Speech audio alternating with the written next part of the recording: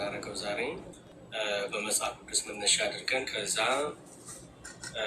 ሳይንሱ ምን ይላል በሚለው ዙሪያ ላይ እያጠነጠን ከዛ ደግሞ መንፈሳዊ ውሳ ቤተክርስቲያን የምታስተምረው ትምህርት ምን ይላል እያልነው ሁለቱን እያጣመርን እንማማራለን ማለት ነው። ከሁሉ በላይ የሚበልጠው ግን የእግዚአብሔር ቃል ስለሆነ መነሻ የምናደርገው አንደኛ ጴጥሮስ ምዕራፍ 5 ከቁጥር 7 ላይ ሁሌ የምወደው ቃል ነው። የሚያስጨንቃችሁ ነገር በሙሉ በእርሱ ላይ ጣሉት፣ እርሱም ስለ እናንተ ያስባል። እዚህ ላይ ማየት የምንፈልገው ቃል ምክንያቱም ስትረስ የሚለው ወይም ደግሞ ጭንቀት ብዙ ጊዜ ዴፊኒሽኑን ማወቅ ጥሩ ነው። ምክንያቱም ስትረስ፣ አንዛይቲ፣ ዲፕሬሽን የተለያዩ ሜንታል ኢልነሶች ስላሉ ዛሬ ግን የምናየው እንደ እግዚአብሔር ፈቃድ ጭንቀት የሚለው ጭንቀት ምንድን ነው? የጭንቀት መንስኤዎች ወይም ደግሞ causes of stress የሚለውን እናያለን። ከዛ እንደ እግዚአብሔር ፈቃድ ደግሞ መፍትሄዎችን እየተመለከትን እንሄዳለን ማለት ነው። እና የእግዚአብሔር ቃል የሚለው ምንድን ነው? የሚያስጨንቃችሁ ነገር በሙሉ በእርሱ ላይ ጣሉ ይላል። እርሱ ስለ እናንተ ያስባል። እዚህ ላይ ላቁምና እንግዲህ እንደ እግዚአብሔር ፈቃድ ያው ዛሬ ስለ ስትረስ ስለሆነ ወርክሻፕ ወይም ደግሞ የምንማማርበት ከእናንተ ጋር እንደ ወርክሻፕ እንዲሆን የፈለጉት። ስለዚህ ቻት ላይ ያላችሁ መጽሐፍ የምትችሉ እንድትጽፉ ጥያቄ ጠይቃለሁ። እዚህ ላይም ያላችሁ አንሚዩት አደረጋችሁ ሀሳባችሁ እንድትገልጹ ስለምፈልግ አይዋነት ዲስከሽን እንዲሆን ስለምፈልግ ነው። የመጀመሪያው ጥያቄ የምጠይቃችሁ ጥያቄ ምንድን ነው? ባለፈው ሳምንት እያስጨነቃችሁ ነገር ምን ነበር? ልስት አድርጉ ከታች quickly። ባለፈው ሳምንት ያስጨነቃችሁ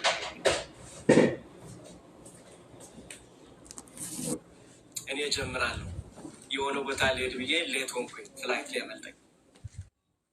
ስለዚህ ያመልጠኛል አያመልጠኝም ሩጫ በቃ መጨነቅ። የስራ ጉዳይ። እሺ ቀጥሉ። ባለፈው ሳምንት ያስጨነቃችሁ ነገር በሙሉ ልስት አድርጉልን እስቲ ከታች።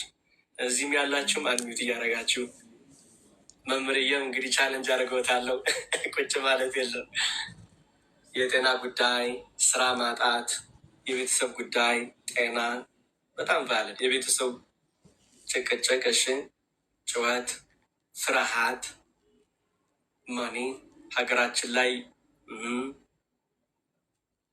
ህልም፣ የቤተሰብ ጉዳይ፣ የስራ ጉዳይ፣ ጤና፣ የልጅ ጉዳይ በጣም ጥሩ። እሺ፣ መኖሪያ ፈቃድ ማሳደስ፣ እሺ፣ ትዳር፣ ፍርሃት፣ ጤና፣ እሺ፣ ናፍቆት፣ እሺ፣ በጣም ጥሩ። እንዲያው ስለ እንትናችሁ ስለ ኢንቮልቭ ማድረጋችሁ ደስ ይላል። በጣም የሚያስፈልግ ነገር ስለሆነ ማለት ነው።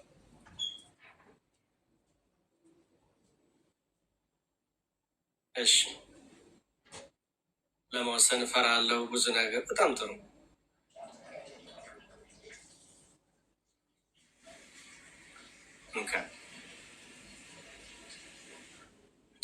እንግዲህ ባለፈው ሳምንት ያስጨንቁን ነገሮች ብዬ እንግዲህ እነዚህ ምን ይባላሉ? ኮመን አንሰር ወይም ደግሞ አብዛኞቻችን የመለስናቸው ወርክ፣ ስኩል አይደለ፣ ስራ፣ ትዳር፣ ቤተሰብ፣ ፋሚሊ፣ ሪሌሽንሽፕ፣ ገንዘብ፣ ጤና፣ ስለ ፊውቸር፣ ጊዜ ብዙዎቻችሁ መንሽን አድርጋችሁታል። እነዚህ እንግዲህ አእምሯችን ላይ የሚመጡ ወይም ደግሞ በባለፈው ሳምንት ያስጨንቁን ነገሮች ናቸው። እዚህ ላይ እንግዲህ አንዳንድ ነገሮች ዴፊኒሽን መስጠት የምፈልገው ምንድነው በእንግሊዝኛው እያነበብን ከዛ ደግሞ ወደ አማርኛው እየተረጎምን እንሄዳለን። ስትረስ ወይም what is stress? ጭንቀት ምንድን ነው? እንግዲህ በሳይንሱ ነው የምናየው። ከዛ ደግሞ በመንፈሳዊ ደግሞ እያየን እንሄዳለን። ስትረስ እንግዲህ ዴፊኒሽኑ ወይም ሲምፕል ዴፊኒሽን ይሄ በሳይኮሎጂ በጣም አንዳንድ ዴፊኒሽን በተለይ ሲወጡ በተለይ ሜንታል ሄልት ላይ ብዙ እነዚህ ስትረስ፣ አንዛይቲ፣ ዲፕሬሽን፣ እነዚህ ድብርት፣ የመጨነቅ እነዚህ በሙሉ ልክ አንድ ላይ ስንይዛቸው በምንድነው የሚሆኑት? ሜንታል ሄልት በሚለው ቃል ይያዛሉ ማለት ነው። ወይም ደግሞ የአእምሯችን ጤናማ ሲሆን ይሄ መንታል ተውቀሱ ያዘ ግድ መንታል ሄልት ይባላል። የአእምሮ ደግሞ ችግር ሲሆን ሜንታል ሄልት ዲስኦርደር ብለው ዴፊኒሽን ይሰጣል። እና ዛሬ ሞስትሊ ማየት የምፈልገው ምንድነው what is stress ጭንቀት ምንድነው የሚለውን ነው። ሲምፕል ዴፊኒሽኑን እናይና እንቀጥላለን። so stress ምንድነው? stress is the physical, emotional, mental and behavioral response we experience when we perceive that the demands placed on us are greater than our ability or resources to handle them ይላል። እንግዲህ ስትሬስ በምን መልኩ ደርድሮታል? ፊዚካል አካላዊ፣ ኢሞሽናል ስሜት፣ ሜንታል ደግሞ የአእምሮ ውስጥ የሚሰማን፣ ከዛ ደግሞ ቢሄቪየር ይሄ አክሽን የምናደርግበት፣ ሪስፖንስ የምንሰጣቸው ወይም ደግሞ የምንመልስባቸው መንገዶች ከምን የተነሳ ነው? ኤክስፒሪየንስ ከምናደርጋቸው ማለት ነው። እና ሶስት ነገሮች እንድናይ እንፈልጋለሁ። አንደኛው ዲማንድ የሚላለ ዲማንድ፣ ከዛ ደግሞ ፐርሰፕሽን ይባላል፣ ከዛ ሪስፖንስ። ኦኬ የህይወት ዲማንድ አለ። ለምሳሌ ቅድም እንዳላችሁት ጤና የማጣት ወይም ደግሞ ፍርሃት የሚመጣው፣ ቅድም እንዳላችሁት ገንዘብ የማጣት ያን ዲማንድ ያደርግብናል ማለት ነው። አንዳንድ ኤግዛምፕል ሰጣችኋለሁ። ለምሳሌ ፈተና ይመጣል። ትምህርት ላይ ላላችሁ ሲምፕል ኤግዛምፕል ማለት ነው። ዲማንዱ ምንድነው? ፈተናው ነው፣ ኤግዛም ማለት ነው። ህይወታችን ላይ ኤግዛም በቃ ልፈተን ነው። ያው ያን ዲማንድ ህይወት የሚያመጣብን ዲማንድ አለ ማለት ነው። ገንዘብ የማጣት ሊሆን ይችላል፣ በጤና በትዳር ላይ እና ወደ 7 ነገሮች በኋላ እናያቸዋለን። ከ5 ከ6 ይሄ የጭንቀት መንስኤዎች በጣም ብዙ ናቸው፣ ግን አብዛኞቻችን ኤክስፒሪየንስ የምናደርጋቸውን መንስኤዎችን አንድ ባንድ እያነሳን እንሄዳለን ማለት ነው። እና ዲማንዱ ኤግዛም ሆኖ ሳለ በውስጥ ምን ማሰብ እንጀምራለን? አም ጎይንግ ቱ ፌል ወይም ደግሞ ለወድቅ ነው የሚል ሀሳብ ይመጣብናል። ኦኬ ለምን? በቂ ጥናት አላደረኩም። እኔ ጋር ናችሁ? አብራቸውን እየተከታተላችሁ። ስለዚህ በቂ ጥናት ስላላደረኩኝ ይሄንን ክላስ ወድቃለሁ፣ ክላሱን ከወደኩት ደግሞ ሰክሰስፉል አልሆንም የሚል ፊውቸር ማየት እንጀምራለን። ኦኬ ስለዚህ ሰውነታችን ባደወይ አሁን እዚህ ላይ መናገር የምፈልገው ምንድን ነው? ሄልቲ ስትሬስ የሚባል አለ፣ እንደገና ደግሞ ኔጌቲቭ ስትሬስ የሚባል አለ። በተፈጥሮ እግዚአብሔር ጭንቀት ባደወይ በጤናማ መልኩ በጣም በጣም በጣም እጅግ አስፈላጊ ነገር ነው። እንዴት ካላችሁን አንድ ኤግዛምፕል ልስጣችሁ። መኪና ወይም ደግሞ መንገድ ልትሻገሩ ነው።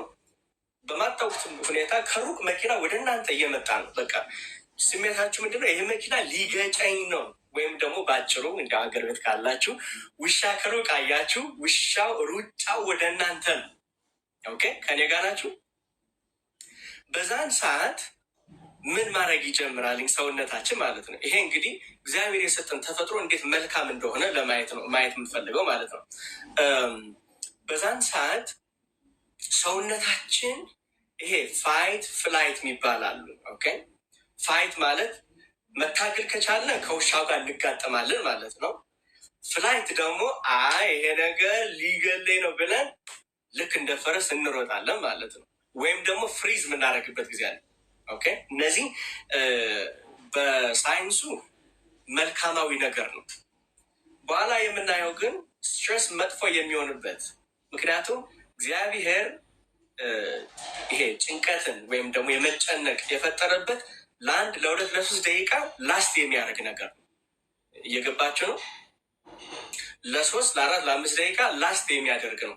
ችግር የሚሆነው ግን ከ3 ደቂቃ አልፎ 1 ሰዓት፣ 1 ቀን፣ 2 ሳምንት፣ ወር፣ አመት እያለ ሲመጣ ናው ያነ ወደ ምን ይቀየራል? በኋላ እንሄድበታል። ወደ ዲፕሬሽን ዲፕ የሚባለው ወደ ዲፕሬሽን ይሄዳልኝ። ከዛ ደግሞ ብዙ እንወያይበታለን ወይም ቀጥሎ ሳምንት ማለት ነው። ስለዚህ ዴንጀር በህይወታችን ዴንጀርስ ፌስ ስናደርግ አእምሯችን እግዚአብሔር የፈጠረን በተለይ ስለ አእምሮ በጣም እኔ ማጥናት ደስ ይለኛል። ምክንያቱም በአጠቃላይ አእምሯችን በጣም ብዙ ቢሊየን የሆኑ ነርቭ ሲስተም አለ ሲንግል የሚያደርጉ ማለት ሪስፖንስ የሚያደርጉ እና በህይወታችን ዴንጀር ሲመጣ ውሻው ሊያባረን ሲመጣ ወይ መኪና ወይ አደጋ ነገር ሲመጣ ብሬናችን አክቲቬት ያደርጋል።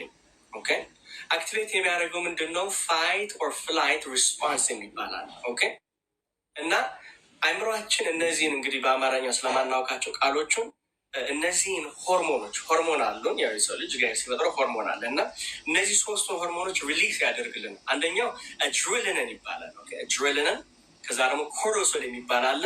ሶስተኛው ኖርነፍሬን የሚባል አለ። ኦኬ እነዚህን ሆርሞኖች ምን ያደርጋሉ ነው?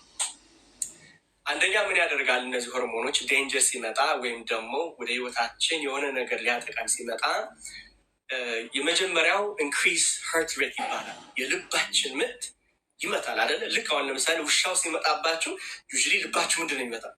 ቁማችን ያላችሁ ዴንጀር መጣ፣ የልብ ምት እየጨመረ ይመጣል ማለት ይሄ ምንድነው? ኢንክሪዝ ሀርት ሬት ይባላል። ኦኬ ዴንጀር ሲመጣ ልባችን ሀርት ሬቱ በጣም ሀይ ይሆናል። ወይም ደግሞ አንዳንዶቻችሁ የመኪና አደጋ ሊደርስባችሁ ሲል ዩዥሊ ልባችሁ እንዴት ነው ቢለካ ላይክ ሀይ ነው ያለው። ቢካዝ ኦልሬዲ አደጋው ላይ በቃ ስለተጋጫችሁ ያን ኢንክሪዝ ሀርት ሬት ይመጣል ማለት ነው። ይህንን የሚያደርጉ እነዚህ ሆርሞኖች ናቸው በውስጣችን ያሉ ማለት ነው። ሌላው ኢንክሪዝ ብሪቲንግ፣ ያስተነፋፍሳችን ይጨምራል።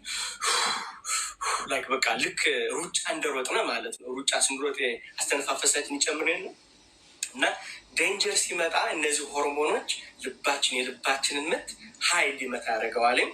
ምክንያቱም ፋይት ኦር ፍላይት ላይ ነው ያለ ነው አይደለም ወይ? እዛው ጋር መጋጠም ነው ወይ ደግሞ መፈትለግ ነው። ስለዚህ ሀርት ሬታችን ይጨምራል፣ የልባችን ምት ይጨምራል። ሁለተኛው ኢንክሪዝ ብሪቲንግ፣ አተነፋፈሻችን ይጨምራል። ሌላው ሻርፕን ፎከስ፣ በቃ ይሄ ፎከሳችን የአይናችን እዚህ አካባቢ ይሄ በኦክሲፒታል ሎብ ይባላል ከጀርባ የአይናችን ፎከስ ሻርፕ ይሆናል። በቃ ለምን ዴንጀር መጣ ብለን ነው። ገብቷችኋል? ልክ አሁን ለምሳሌ የሆነ ቤት ሆናችሁ ቤቱ እሳት ቢደርሰው በቃ ቶሎ የምትወስኑት ምንድን ነው? እንትናችሁ የአይናችሁ ትኩረት ይጨምራል። ኤግዚት ለማየት ወይ በመስኮት ልውጣ ወይ በዚህ ልውጣ የምትሉት ፍላይት የማድረግ መንገዶችን የማየት ትጀምራላችሁ ማለት ነው። እና ያን ሻርፕ ፎከስ ይኖረናል ማለት ነው። ከዛ ምን ይሆናል?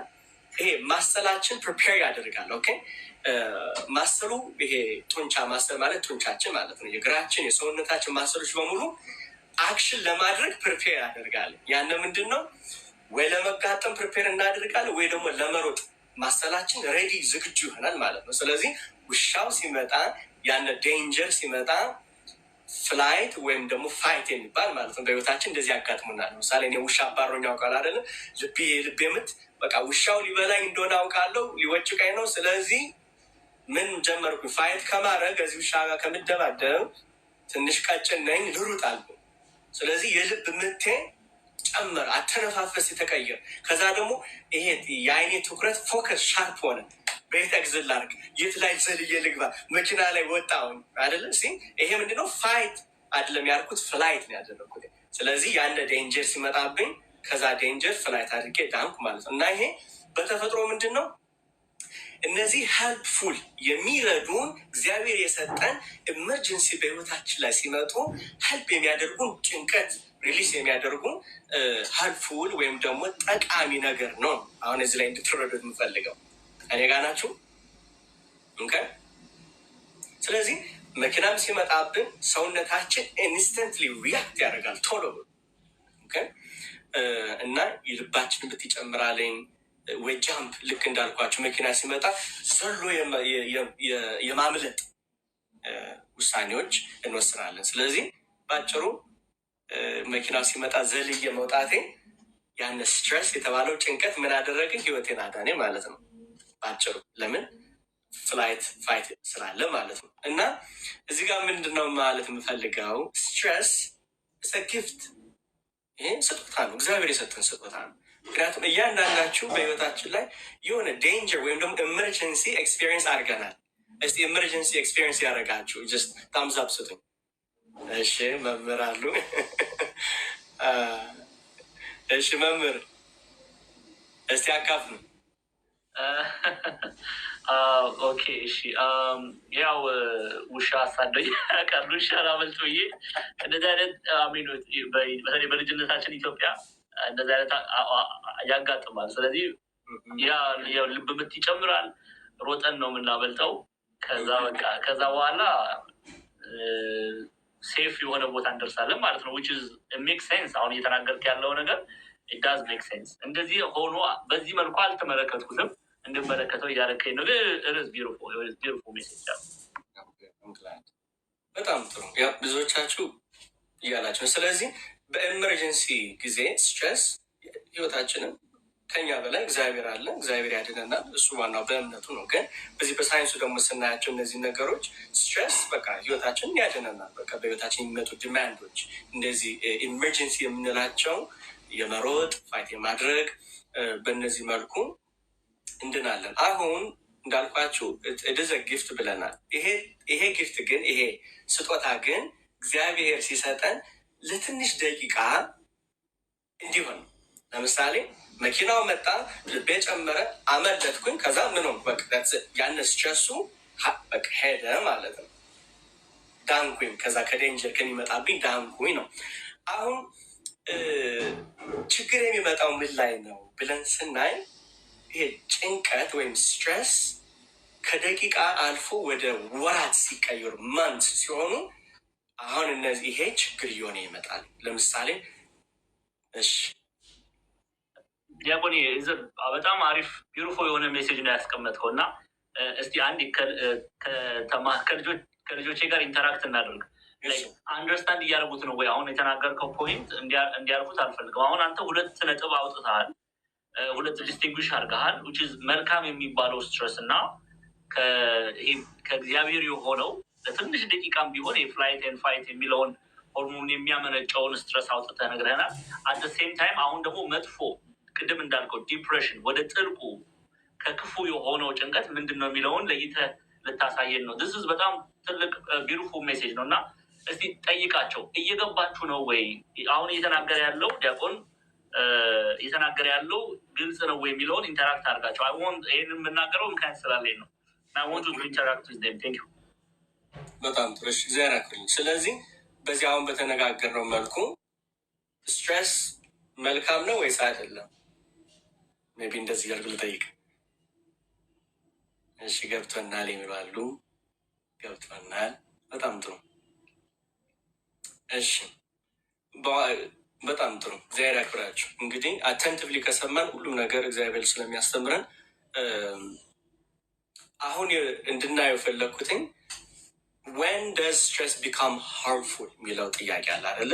ጭንቀት ሃርምፉል ወይም ደግሞ ለሰውነታችን ለጤናችን ችግር የሚያመጣው መቼ ነው የሚለውን ትራንዚሽን ነው የምናየው። ኦኬ አሁን ሃርምፉል የሚሆንበት ቅድም እንዳልኳችሁ ጭንቀት በእግዚአብሔር ዲዛይን ያደረገልን ለትንሽ ደቂቃዎች እንዲያልፉ ነው። ኦኬ ግን ሃርምፉል ወይም ደግሞ መጥፎ እየሆነ የሚመጣው ለወራት ሲቆዩ። ኦኬ አሁን ብዙ ጊዜ ባደወይ ስለ አይምሮ አንድ በጣም የሚገርም ነገር ልንገራችሁ። አይምሮአችን ዲስቲንጉሽ ወይም ደግሞ መለየት የማይችለው ነገር አለ። እንዴት ካላችሁኝ ውሻ ሲያባረንና ወይም ደግሞ አንበሳ ሲያባረን እና ክላስ ውስጥ ተቀምጬ ፈተናውን እወድቃለሁ ማለት ሁለቱን መለየት አይችልም። አይምሮ እየገባችሁ ነው? ሁለቱን መለየት አይችልም። እሺ ሜይ ቢ ደግሜ ልበልላችሁ። አንበሳ ሲያባረን የምናገኘው ስሜትና ቁጭ ብለን ይህንን ፈተና ልወድቅ ነው የምንለው ሀሳብ እዛ ላይ ቁጭ ብለን ማለት ነው ፈተና ስንፈተን ሰውነታችንን ይሄንን መለየት አይችልም፣ ዲስቲንጉሽ ማድረግ አይችልም። ለምን? ስሜቱ አንድ ስለሆነ። ይሄ ኮርቲዞል የሚባላል ያን ሆርሞን ኤሌቬት ያደርጓል ሁሌ። አሁን ችግር የሚመጣው ለምንድን ነው ሲባል ይሄ ኮንሲስተንቲ ያለማቋረጥ ኮርቲዞላችን የአእምሯችን ላይ ያለው ሆርሞን ኤሌቬት ሃይ ሲሆን ያነ ችግር ሃርምፉል እየሆነ ይመጣል። ኦኬ አንዳንድ ነገሮች ልንገራቸው። አሁን ሎንግ ተርም እና አኪዩት ይባላል። አኪዩት ማለት ሾርት ተርም ነው፣ በደቂቃዎች ውስጥ የሚሄድ ወይም ደግሞ በቀን በአንድ ቀን ውስጥ የሚሄድ ጭንቀት አለ። ከዛ ደግሞ ሎንግ ተርም የምንለው ለረዥም ጊዜ የሚቆይ። አሁን ሎንግ ተርም ስትሬስ ወደ ምንድን ነው የሚልከን ወይም ደግሞ ወደ ምን ሊድ ያደርጋል ስንል እነዚህ ነገሮች ነካና ከዛ ወደ መንስኤዎች ማየት እንጀምራለን። ኦኬ ሎንግ ተርም ይሄ ሎንግ ተርም ስትሬስ የሚባለው ወደ ምን ሊድ ያደርጋሉ ወይም ወደ ምን ይመራሉ? አንደኛ ያዙልኝ፣ አንዛይቲ አንዛይቲ፣ ዲፕሬሽን ይሄ ድብርት የምንለው ኦኬ፣ ሃይ ብለድ ፕሬሽር የደማችን ብዛት ሃይ ይሆናል ይጨምራል። ኦኬ። ከዛ ደግሞ ምንድነው ፑር ስሊፕ ይባላል። ይሄ እንቅልፍ የማጣት እንግዲህ ይሄ ሎንግ ተርም ነው። ሎንግ ተርም ጭንቀት ወደ ወራት ሎንግ ሲሆኑ የእንቅልፍ ማጣት ፑር ስሊፕ ይባላል። እንቅልፍ በስነስርዓት አንተኛም። 5 6 7 8 hours አንተኛም። ሌላው ምንድነው ሎንግ ተርም ሲሆን ይሄ ዳይጀስቲቭ ኢሹ ዳይጀስት ማለት ይሄ ምግብ የምንቀበልበት የሆዳችን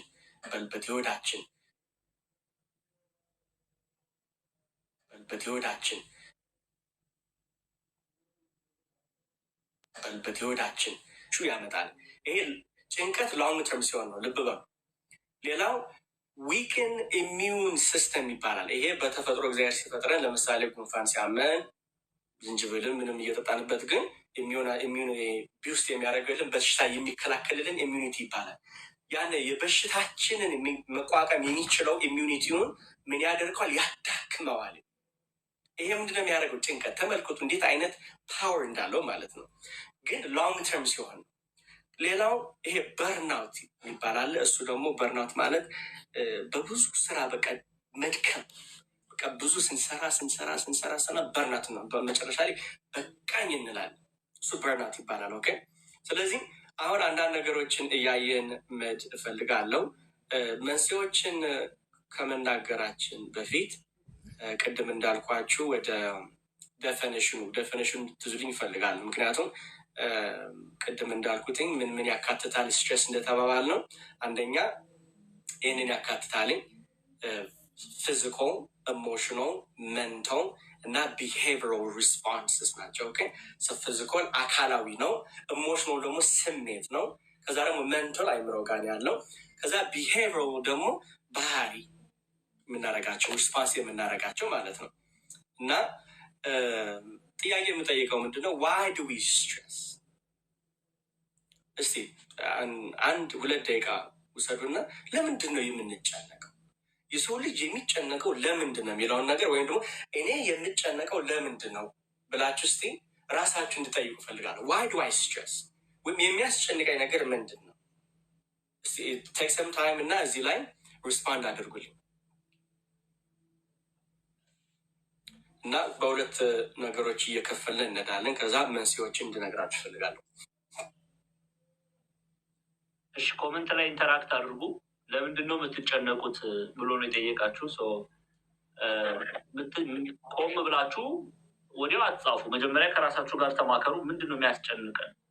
ከሌ ምንድን ነው የሚያስጨንቃት የሚለውን ከራሳችሁ ጋር ተማከሩ እና በኮመንት ሴክሽን ላይ ያንን አስቀምጡ።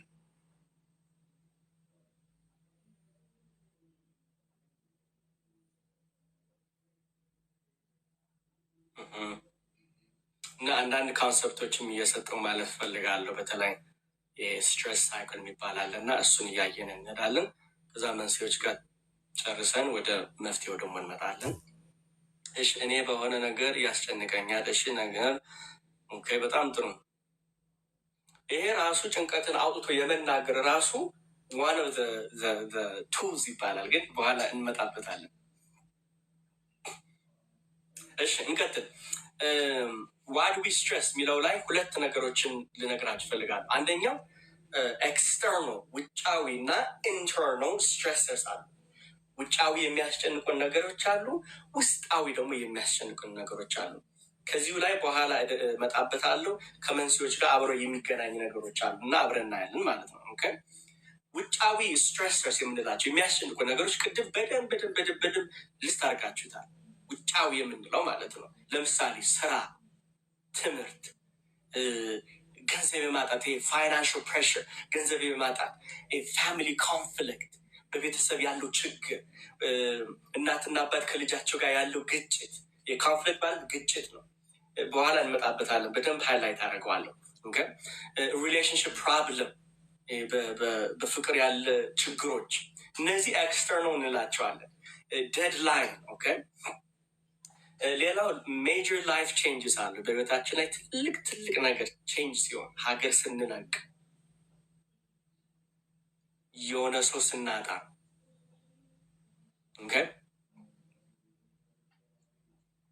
ኢንተርናል ደግሞ የሚባላሉ በውስጥ ደግሞ ስትሬስ የሚያደርጉን በውስጣችን ስትሬስ የሚያደርጉን ደግሞ ፊር ኦፍ ፌሊየር ላይክ የመውደቅ ስሜት፣ እኔ አልችልም የማለት ስሜቶች፣ ኦቨርቲንኪንግ ነገሮችን ከመጠን በላይ ማሰብ፣ እነዚህ ኢንተርናል ናቸው።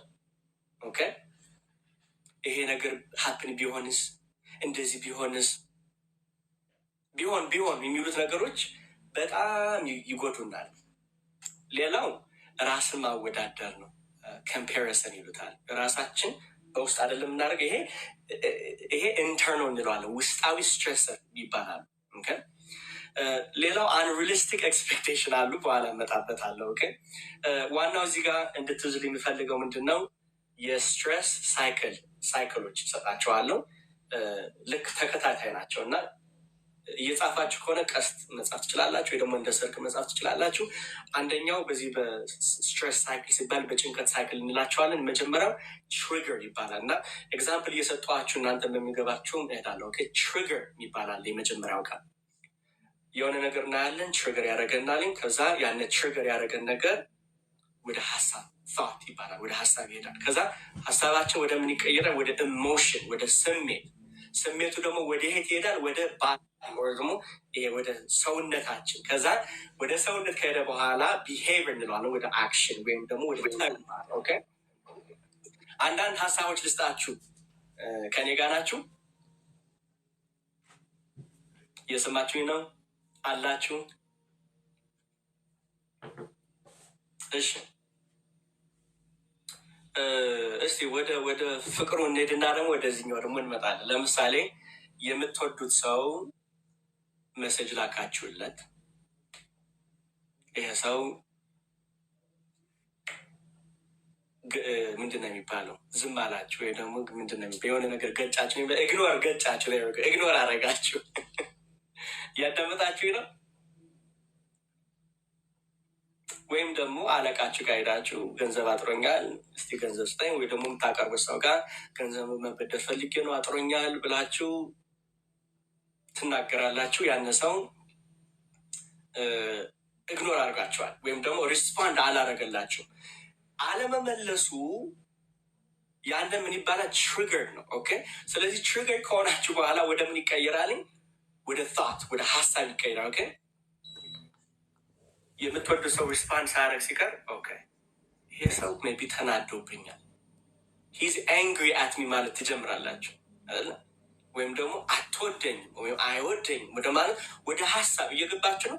ትሪገሩ አለመመለሱ ነው፣ ሪስፖንድ አለማድረጉ። ኢግኖር ስለገጫችሁ ያነ ወደ ምን ይቀየራል? ወደ ሀሳብ፣ ወደ ቶት ይባላል። እዛ በሀሳባችን በውስጣችን ራሳችን ማውራት እንጀምራል።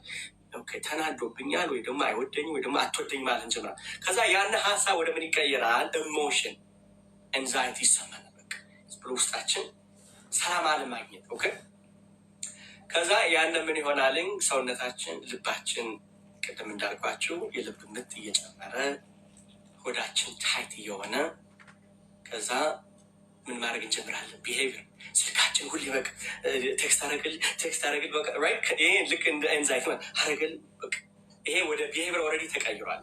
ስለዚህ ምን አለ ብያቸዋለሁ። እስቲ የሚመልስልኝ አንደኛ ትሪገር አለ ብለናል። ሁለተኛ ምን አለ? ቶት። እሺ ሶስተኛ የሚረዳን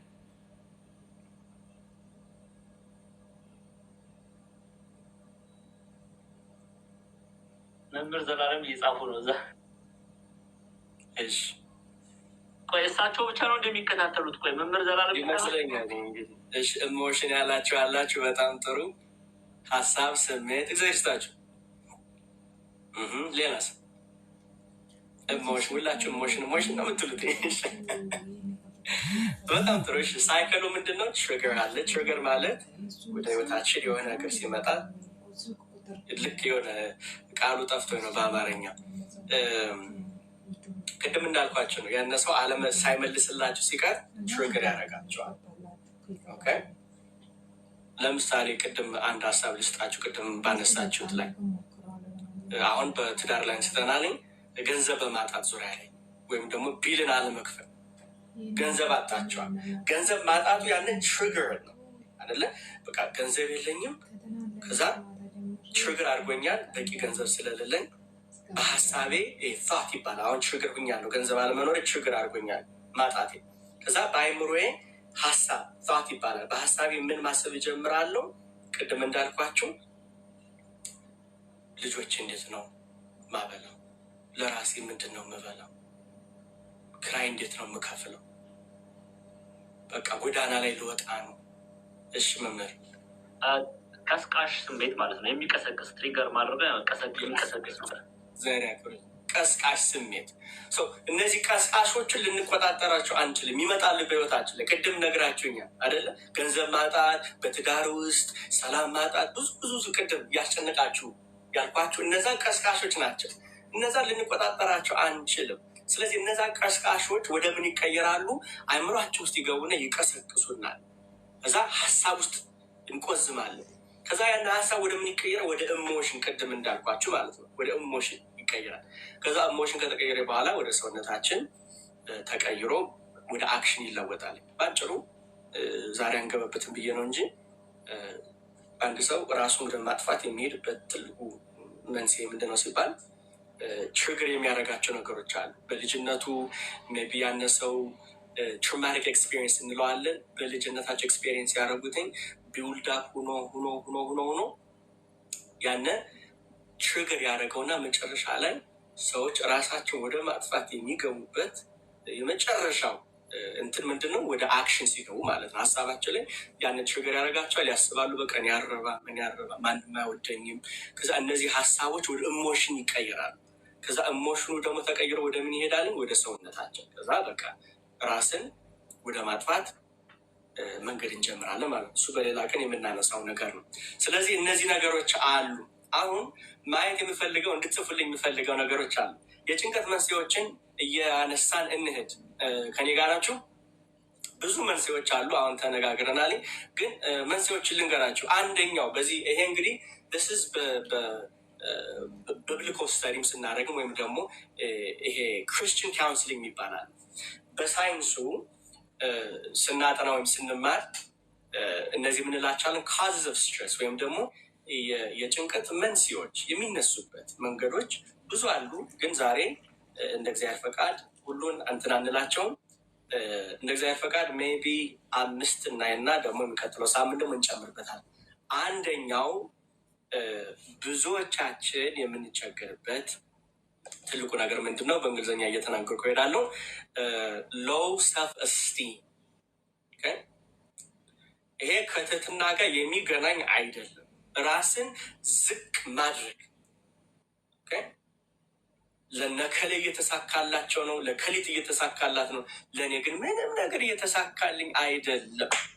ይገርማቸዋል። በባለፈው ትንሽ ሰውነቴ ለማንቀሳቀስ ኳስ ሜዳ አይቼ ነበር እና ስንጫወት ምን አሉ? በዕጣ ነው የምንገባው እና አንደኛው ምናል እኔ ከህይወቴ ካደግኩ ጀምሯል ምንም እድል ቀንቶኝ አያውቅም አለ። ኦልሬዲ አይምሮውን ምን አድርጎታል? በቃ ዲፊት አድርጎታል። አያቸው። ሎው ሰልፍ እስቲም በቃ ራስን ዝቅ አገን ከትህትና ጋር በምንም ታምር የሚገናኝ አይደለም። ራስን ዝቅ የማድረግ እኔ አልችልም የማለት ብጥር ምንም ነገር ጠብ አይልልኝም፣ ብሞክር ምንም ነገር አይሆንልኝም። ይሄ በጣም ችግር የሆነ ሎው ሰልፍ እስቲም ይባላል። ይሄ የጭንቀት መንስኤ causes of stress is low self-esteem። በቃ ራስን ሎ አድርጎ የማየት ብዙዎቻችን በዚህ ላይ ባደወይ እንጎዳለን። ብዙዎቻችን በትምህርት ላይም ቢሆን በስራ ላይም ቢሆን ትዳር ውስጥ ሆነንም ብቁ ሆኖ እንትን አለማለት፣ ስሜት አለመሰማት። ግን እንዲያ ወደ ትንሽ ወደ ሂስትሪ ያልወሰዳቸው እንጂ አባቶቻችን ጣሊያን እኛን ለማጥቃት ሲመጡ በዋናነት ማሸነፍ የቻሉት በምንድን ነው? አንደኛ እግዚአብሔር ነው። ግን በዋናነት ያሸነፍ ነው ምንድን ነው ሲባል ወኔ አይደለም። ከሌኮ ወኔ ያለው ይባላል አይደለም። ይሄ ከኩራት ጋር የሚገናኝ አይደለም። ግን ምንም ሳይኖራቸው ባላቸው ግን በወነነት እግዚአብሔርን ይዘው አሸንፋለሁ እችላለሁ በማለት ድል አድርገዋል። አውሮፕላን ያላቸው፣ በአየር ላይ ቦምብ የሚጥሉ ታንክ ያላቸው አይደለም። ግን ይሄ እችላለሁ ማለት ይኸውላችሁ፣ አንድ ነገር ልንገራቸው። ብዙ ጊዜ መቼም በዚህ በዓለም ላይ እንደምታውቁትኝ 3 አይነት ጦርነት አለ አይደለም። ሀገር ከሀገር ጋር የሚጣለ ጦርነት አለ። ከዛ ደግሞ ወንድም ለወንድም ወይም ደግሞ በዚህ በፋሚሊ ጉዳይ ላይ የሚጣለው ጦርነት አለ። አሁን የምናየው ግን ሰው ከራሱ ጋር የሚያደርገው ጦርነት አለ። ጭንቀት ራሱን የቻለ ጦርነት ነው። ድል ልናደርገው የሚያስፈልግ ማለት ነው። እኔ ጋር ናችሁ? ስለዚህ የመጀመሪያው ይሄ ካዝስ ኦፍ ስትሬስ ወይም ደግሞ የጭንቀት መንስኤ ሎው ሰልፍ ስቲም፣ ራስን ዝቅ ማድረግ የአንደኛው ነው። ሁለተኛው በዚህ በሳይኮሎጂ ምን ይባላል? አንስቴብል ኢንቫይሮንመንት ወይም ደግሞ ያልተረጋጋ ቦታ፣ ያልተረጋጋ ሰፈር። ገብቷቸዋል? አንዳንዴ ያልተረጋጋ ሰፈር፣ ያልተረጋጋ ቤት ውስጥ እሱ ራሱን የቻለ የጭንቀት መንስኤ ነው። በሀገራችን ላይ ብታዩት አሁን ያለው ሁኔታ ሀቅ ነው አይደለም? ጦርነቱ፣ ቤተክርስቲያን መቃጠሉ፣ እርስ በርስ መገዳደሉ፣ በቃ ከዛ ያሉት ሰዎች እማጅ ምን እንደሚሰማቸው በቃ ቦታው አንስቴብል ያልተረጋጋ ቦታ ስለሆነ ምን ካዝ ያደርጋል? የመጨነቅ እንትኑ ይጨምርባቸው አይደለም? ወይም ደግሞ ተሰዳችሁ በሌላ ሀገር ውስጥ ነው ያላችሁት አይደለም? እኔ ጋር ናችሁ? ስለዚህ አንስቴብል ኤንቫይሮንመንት ራሱ ምን ካዝ ያደርጋል? ጭንቀት ያመጣብናል። ያልተረጋጋ ቦታ፣ ሰፈር፣ መንደር አንዳንዴ ታውቁታላችሁ አይደለም? ሁሌ በቃ ጦርነት ያለበት ቦታ ወይም ደግሞ ችግር ያለበት በቃ አንዱ እየተፈረካከሰ በድንጋይ ወይ ደግሞ በዚህ አካባቢ እንዲያውም እንደ ታውቃላችሁ አንድ ሰሞን እንዲያውም ሀገራችን ሆን ከዚህ ሰዓት በኋላ መውጣት አይቻልም ምናምን ሲባል አልሰማችሁም እንዲ አይደለ? ከሆነ በቃ ትንሽ ጭልም ካለች መውጣት አይቻልም። ያለ ራሱ በቃ መሽ እኮ በቃ ቶሎ መግባት አለብን፣ እንደዚህ ቢሆን ያስታውሳለሁ። ሀገር ቤት እያለሁ ልክ መሸና በቃ ወደ 5-6 ፖሊሶች ናቸው አስቁመው ፈተሹ ምናምን። እኔ ገና የመጀመሪያ በቃ ትንሽ ራሱ መደንገጥ ጀመርኩ። ነው በቃ ቦታው ያልተረጋጋ ሁኔታ ወት ከሆነ ማለት ጀመርኩ። ስለዚህ አንስቴብል ኤንቫይሮንመንት ወይም ያልተረጋጋ ቦታ ራሱን የቻለ የጭንቀት መንስኤ ነው። እሱ ሁለተኛው ነው። ሌላው በሚገርማቸው ሁኔታ ኮንፍሊክት ወይም ግጭት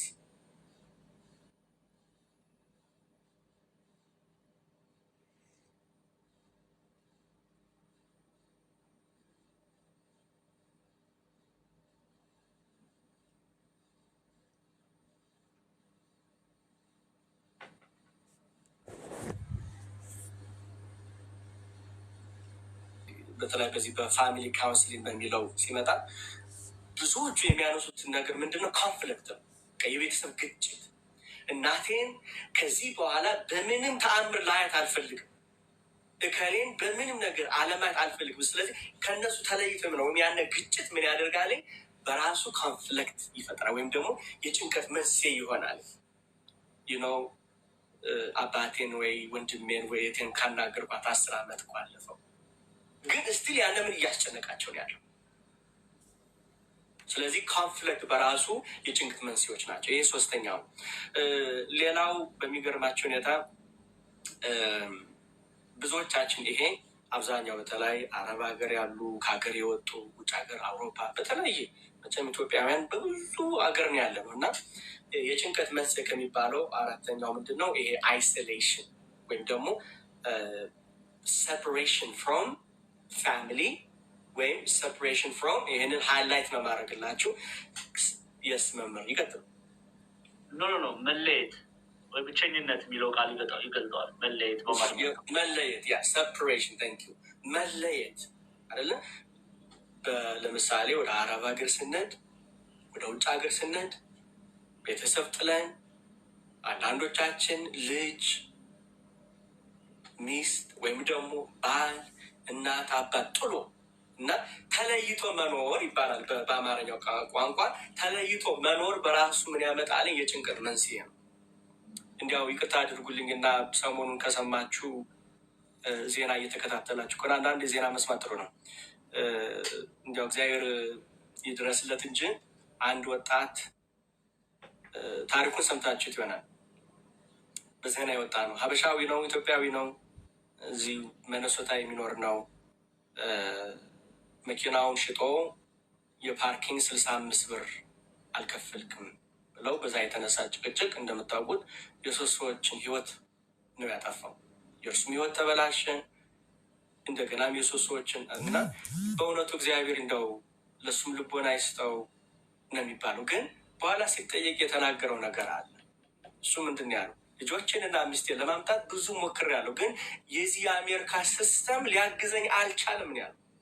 ተመልከቱ እንግዲህ ሰፐሬሽን ምን ላይ እንደሚደርስ ተለይቶ መኖር እንዴት አድርጎ ይሄ ተለይቶ መኖር እንዴት በጣም ወደ ክፉ ተቀይሮ የራሳችንን ህይወት ማጣት፣ የልጆቻችን ህይወት ማጣት፣ የትዳርን ህይወት ማጣት፣ እንደገና ደግሞ የሰውን ህይወት ማጥፋት።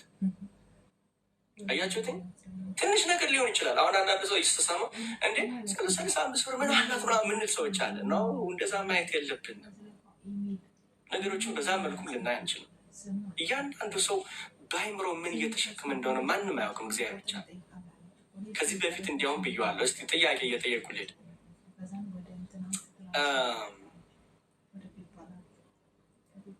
በህይወታችን ላይ ትልቁ የምንሸከመው ሸክም ምንድን ነው ብላችሁ ታስባላችሁ?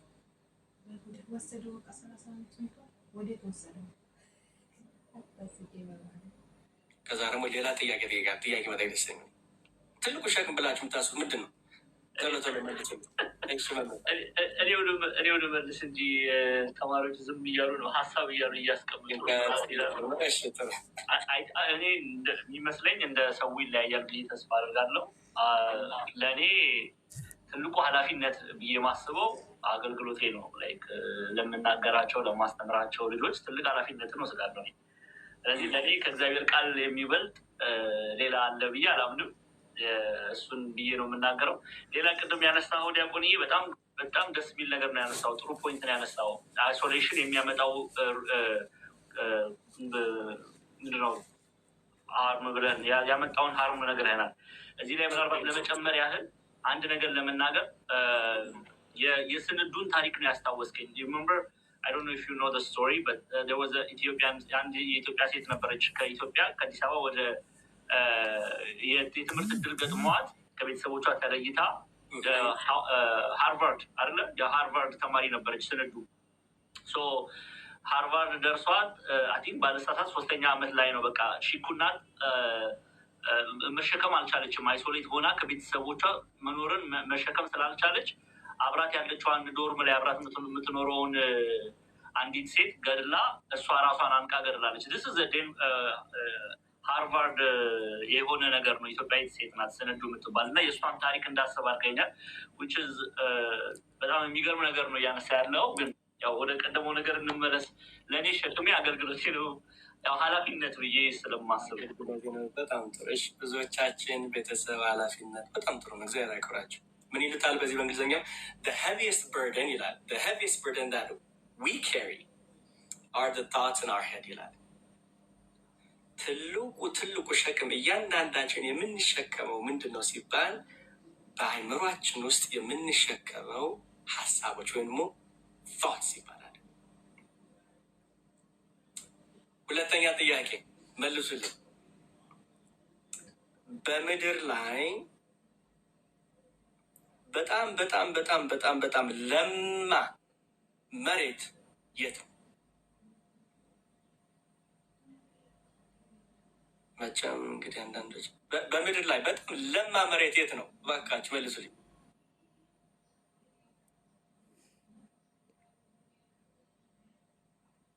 ኢትዮጵያ። እሺ፣ ኢትዮጵያን ትወዳለች። ኢትዮጵያ። እሺ፣ ገበሬ ናቸው እንዲህ ደስ ይላል። ዩኬ። እሺ፣ ዩኬ አለ። ኢትዮጵያ ሁሉም ለማ ቦታ ነው። እኔ እንጃ። እሺ፣ ቻይና። እሰይ፣ ጥሩ ነው። ገነት። ዋው፣ የተለየ መልስ ነው እስካሁን ከሰማሁ። እሺ፣ ቶሎ መልሱልኝ። ግብፅ። እሺ ዩኤስኤ፣ ኖርዌይ። በጣም ጥሩ። እሺ የሆነ ሰው መልሱን መልሶታል። ማን እንደሆነ ባላውቅም ግን ጊፍት ይሰጣቸዋል። በምድር ላይ በጣም በጣም በጣም በጣም በጣም በጣም ለማ አፈር፣ ልክ በዚህ በማቴዎስ ጌታ ሲናገር ስለ ዘሪው ዘሩ ሊዘራ ወጣ አይደል የሚለው። ከዛ መጨረሻ ላይ በመልካም አፈር ላይ ወደቅ አይደል የሚለው መጨረሻው ላይ። ይሄንን እንዳትረሱ ባካቸው። the most fertile land on earth ወይም ደግሞ በጣም ለማ መሬት በምድር ላይ የት ነው ከተባለ ይሄ ነው፣ የሰው ልጅ ጭንቅላት ነው። መንግስተ ሰማያት ብዙዎቻችሁ ሌላ ቦታ ሄዳችኋል። በጣም ጥሩ ነው። በዚች ምድር ላይ ለማ መሬት የተባለው የሰው አንጎል ወይም ደግሞ አእምሮ ነው። እንዴት ካላችሁ ማንኛውም ነገር ዝሩበትኝ ያበቅላል። ማንኛውም ነገር ዝሩበት ያበቅላል። ቻይና ያለችው ግን ሩሂ አይቻለሁ ያለን ኮመንት እናንተ ሰዎች አንዷ ተበላን አለች እኮ። በጣም ጥሩ ነው። እሺ እንመለስ። ስለዚህ በምድር ላይ ቅድም እንዳልኳቸው ነው። በምድር ላይ እዚህ በፊትም የሰጠሁት አንድ አናሎጂ አለ። እሱንም አብረን እናያለን። በጣም ለማ የተባለ አፈር አይኖርም። አያችሁት? ይገርማቸዋል። አንድ ሀሳብ ልስጣችሁ።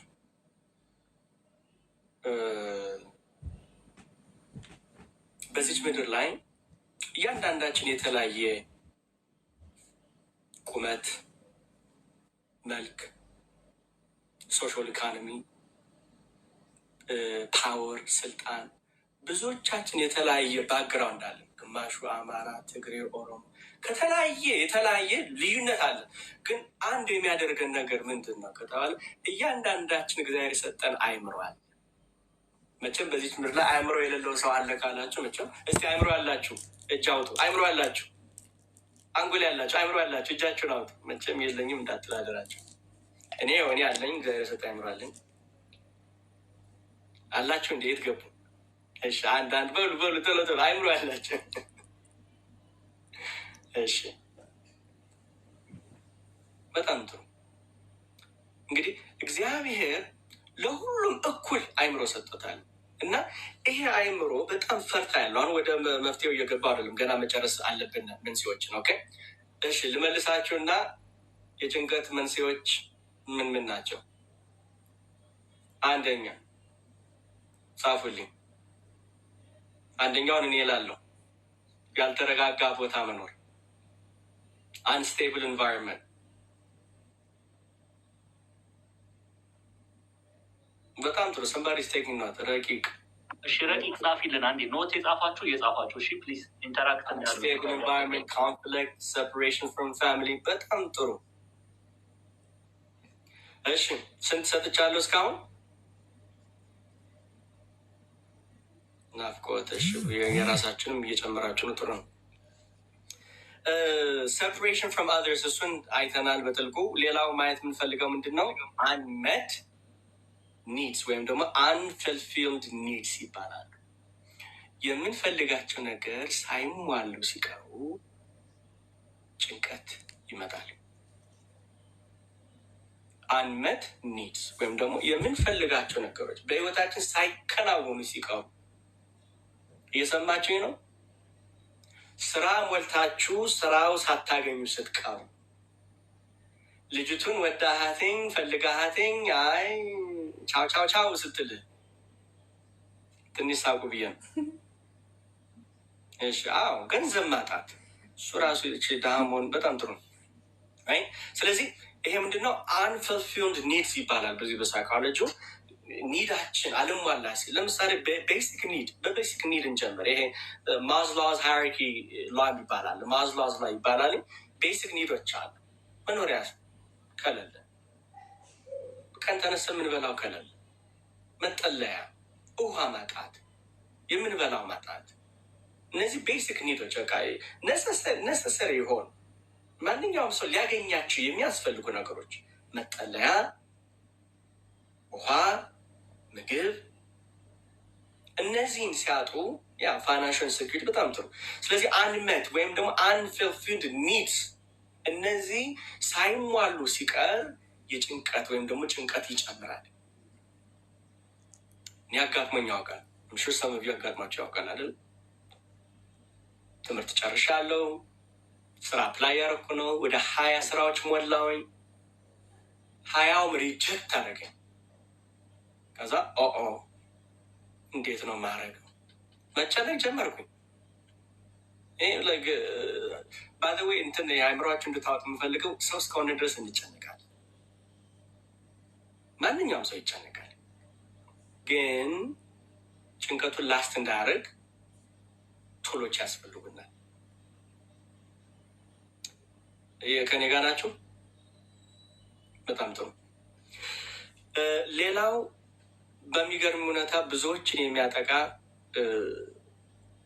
ብዙዎች ጋር ሳወራም ደግሞ ፓስት ሂስትሪ ይባላል፣ ወይም ደግሞ ያለፈው ኤክስፒሪየንሳችን በልጅነት እያየ ነው። ለምሳሌ አንዳንድ ይቅርታ አድርጉልኝ፣ በትዳር ውስጥ ልጅ እናት እየተደበደበች ወይም ደግሞ አባት እየተደበደበ ያንን እያየ ካደገ በህይወታችን ውስጥ በጣም የሆነ ነገር ታሪክ ፓስት ሂስትሪያችንን እያመጣን ባይዘዌይ አሁን እዚህ ጋር 90% ብንጠይቅ አብዛኛው ፓስት ሂስትሪ ነው በጣም እያስጨነቀ ያለ።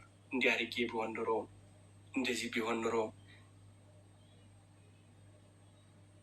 ሰውን የሚያጎሳቅለው የጭንቀት መንስኤዎች ከሚባሉት ከዋኖቹ ፓስት ሂስትሪ ይባላል። ይሄ በጣም ከባድ ነው። ለምን? ነገን ራሱ እንዳንኖር ያደርገናል። ብዙ ዳታ ልሰጣቸው ይችላለሁ፣ ያው ከጊዜ አንጻር ነው። ለምሳሌ አሁን አንዳንድ ሰዎች ሙቪ ቤት ገብተው ሞል ውስጥ ገብተው ጥይት የሚተኩሱት፣ ሌሎችን የሚያጠፉት ከዚህ እኔ ከምኖርበት የዛሬ 5 ዓመት ነው ምናምን ሰውየው ሙቪ ቤት ገብተው እንግዲህ እንደምታውቁት ሙቪ ቤት ከገባችሁ ብዙ ወንበር የሚይዝ ብዙ ህዝብ የሚይዝ ነው። ገብቶ እንዳለ በቃ ጥይቱን ያከፈከፍባል። እዛ በኋላ ሲጠና ሳይኮሎጂካሊ ሜንታል ሄልት ዲስኦርደር ሲጠና የቻይልድሁድ ትራውማ ነበረበት። በጊዜው መታከም ስላልቻለ ባይዘዌይ አንድ ሀሳብ ልስጣችሁ። እስቲ ቡና አፍልታችሁ የምታውቁ፣ መቼም የኛ ህዝብ ቡና ይወዳል። ቡና አፍልታችሁ የምታውቁ ሴቶች፣ ወንድም ያፈላል መቼም አላፈላም እንዳትሉ። ቡና አፍልታችሁ የምታውቁ? እሺ፣ እኔ በጣም ጥሩ። ቡና ውሃውን አርጋችሁ ዝም ብላችሁ እሳቱ ላይ ብትተውት ምንድን ነው የሚሆነው? ቡና ዝም ብላችሁ በቃ የራሱ ጉዳይ እንዲያወዛው በሰል ብትሉት ምንድን ነው የሚሆነው? መልሱልኝ። መልሱ እንጂ ገስት ላይ ያላችሁ ግን ሩማት መልሱ። ግን ኧረ ተው ይገነፍላል። ጊዜ አንተ ትሻላለህ። ራዲዮ ሲሆን መልስ ቡና ታፈላ ነበር እንዴ? በላሽ ከዚህ ጋር አሪፍ ተመቸኝ። ይደፋል፣ ደስ ይላል። ይገነፍላል ነው ቋንቋው፣ ይገነፍላል። ሰው እንዳይገነፍል ሴቲቱ ምን ታደርጋለች? ሩጣ ወይ ውሃ ትጨምራለች ወይ ደግሞ ከሳቱ ብድግ ታደርገዋለች።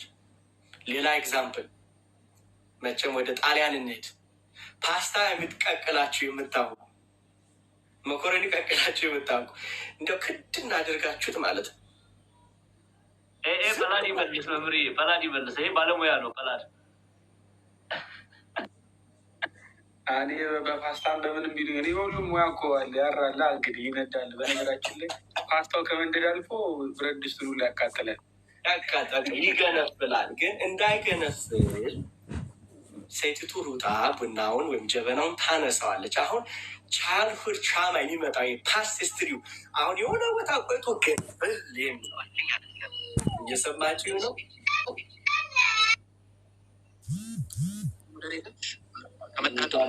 ስለዚህ በስነ ስርዓቱ ሶልቭ ካልተደረገ ወይም ደግሞ ትክክለኛውን ካውንስሊንግ ካላገኘ በመንፈሳዊውም በፕሮፌሽናሉ ትክክለኛውን መንገድ ካላገኘ ችግር ይመጣል። እንዲያው አንድ ሀሳብ ሰጥቻችሁ ትንሽ አለፍላለሁ።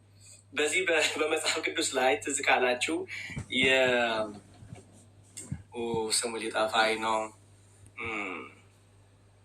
በኋላ እመጣበታለሁ። ብቻ ዋናው ዓላማው ምንድን ነው? ጀበናው ካልተነሳ የሆነ ቦታ ላይ ይገነፍላል።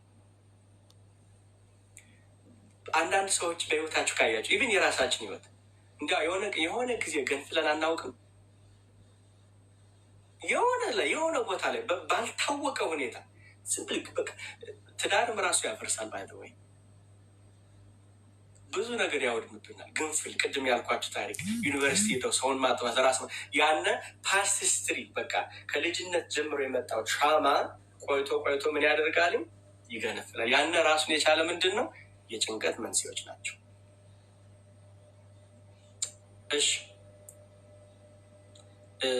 ሀሳብ እየሰጣችሁ እንሄድ። ከዚህ በፊት አንድ መምህር እዚህ በፊትም ተናግሬዋለሁ። አንድ እባብ ወደ ካርፐንተር ይገባል ወይም ደግሞ ጣውላ ወደሚሰራ ውስጥ ይገባል። በአጋጣሚ መቼም የኛ ሀበሻ እባብ አይወድም አይደለም። አይዟቸው። ወደ ጣውላ ከሚሰራ ከጠራቢ ሻፕ ይገባና በአጋጣሚ መጋዘን ወድቋል። መቼም መጋዘን ታውቃላችሁ አይደለም? የመጋዘኑ ሳይሆን የሚቆርጠው ምንድን ነው የሚባለው? መጋዘን የሚባለው መጋዘን ሳይሆን መጋዘን አልገ። እሺ፣ ስለዚህ መጋዝ በተፈጥሮ ምንድን ነው? ከጫፉ ላይ ምን አለው? በጣም የተሳሉ ሹልሹሎች ጣውላዎችን የሚቆርጥ እንጨቱን የሚቆራርጥ መሬት ላይ ተቀምጧል። እና በአጋጣሚ ምን ይሆናል?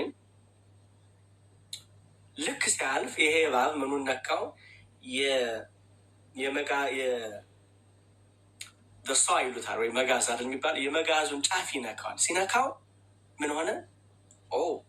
ዴንጀር አላል። አያችሁት? ቅድም እንዳልኳችሁ ዴንጀር መጣል። ስለዚህ ዴንጀር ስለመሰለው ምን ማድረግ ጀመረ? ይባል መጋዙን በራሱ በተፈጥሮ እባብ ጥቅልል አድርጎ እንደዚህ ጭምድድ አድርጎ መግደል አይደለም። እየሰማችሁ ነው? ያው የመጋዘን ጥርሱ እግዚአብሔር ይስጣችሁ፣ ስለቱ ጥርሱ ስለነካው የሆነ ነገር ሊያጠፋ ነው ብሎ ምን ማድረግ ጀመረ? ይሄ ዴንጀር ነው፣ ይሄ ሊያጠፋ ነው ብሎ እባቡ መጋዙን ምን ማድረግ ጀመረ? መጠቅለል ጀመረ። እንግዲህ ሰውቴ ዝም ብላችሁ ፒክቸር አድርጉት። አሁን ሲጠቀልለው ምን ይሆናል? እንዲያው እባቡ ምን ይሆናል ብላችሁ ታስባላችሁ?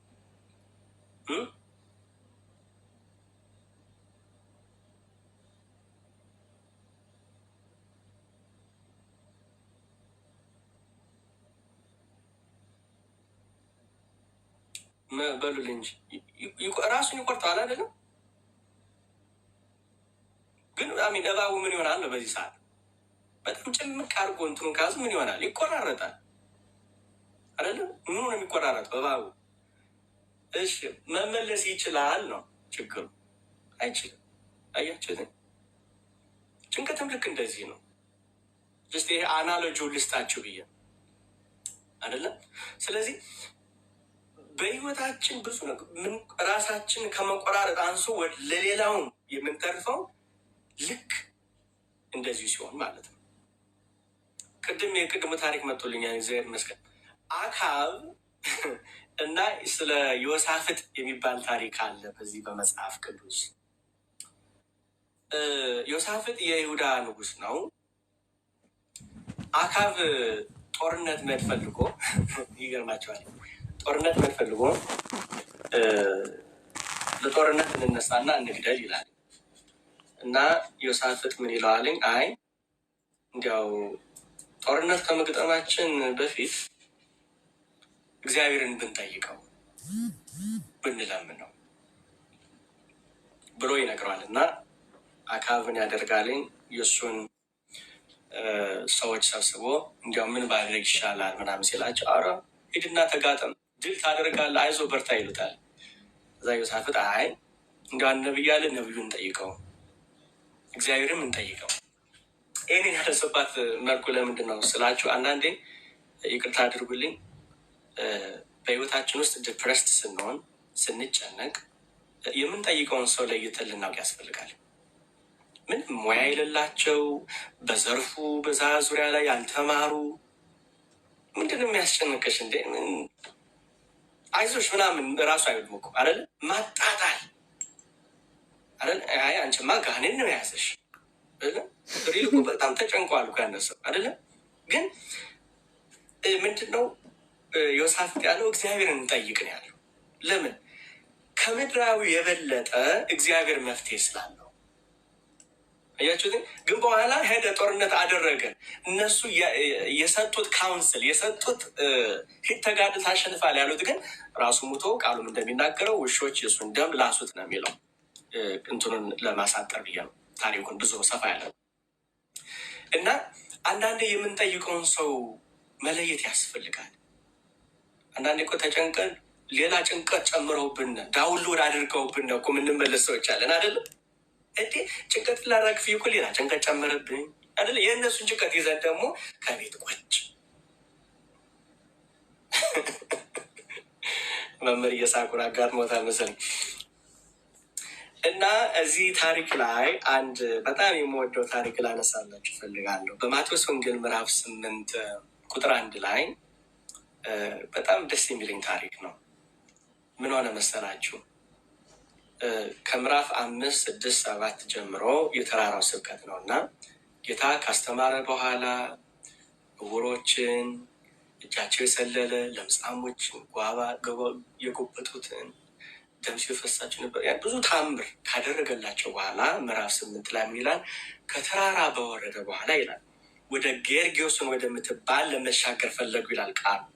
እና ምን ሆነ መሰላችሁ?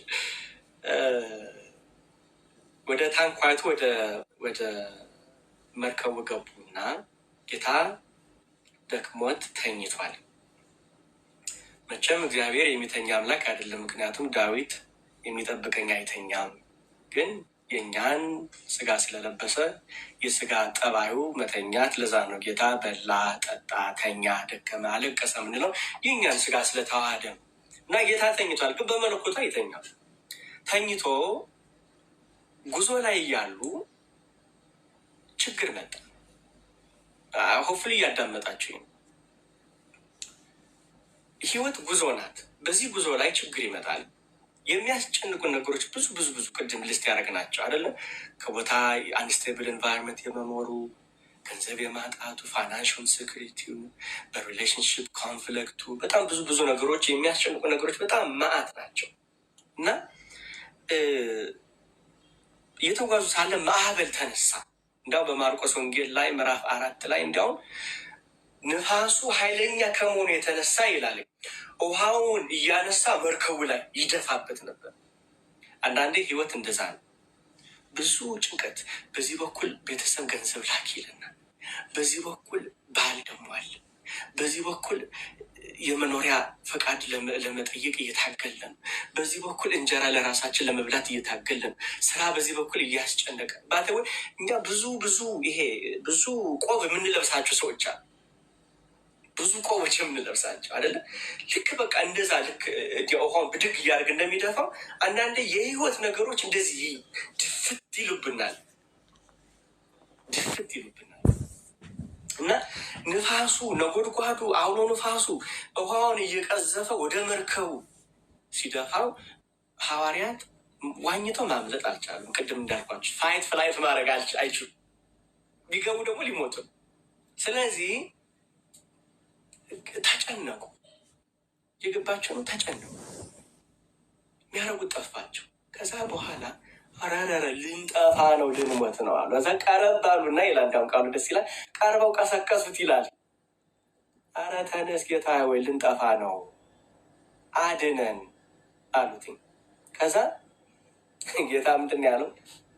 ዛሬም ለእያንዳንዳችሁ ከኔ ጀምሮ እግዚአብሔር የሚነግረን ነገር ምንድን ነው የሚለው? ለምን ትፈራላችሁ?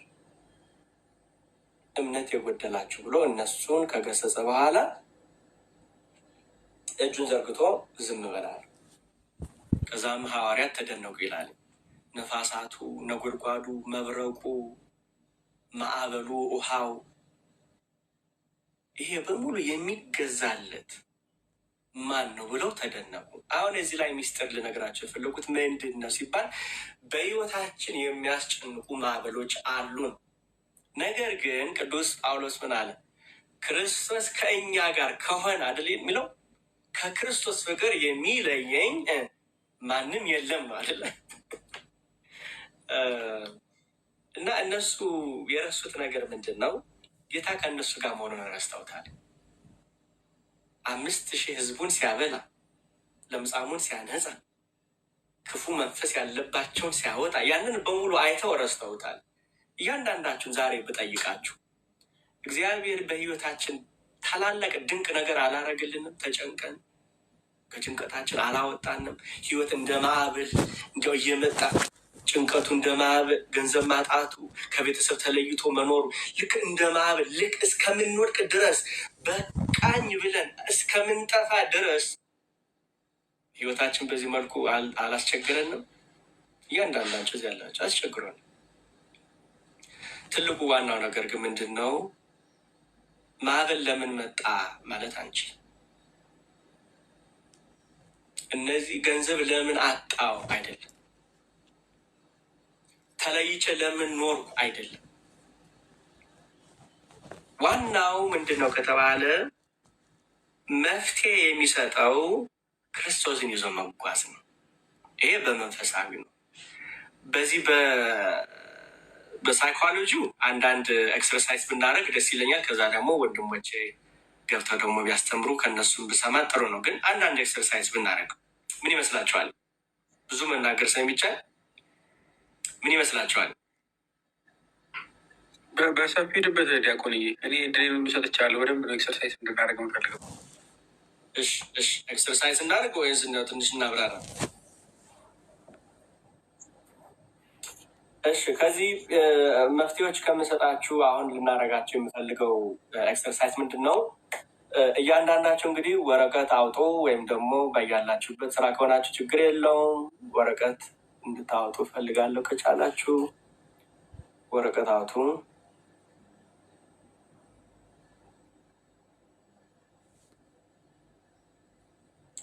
እና መምህር ስለሚጽፉ እንድታረጉ የምፈልገው ምንድን ነው?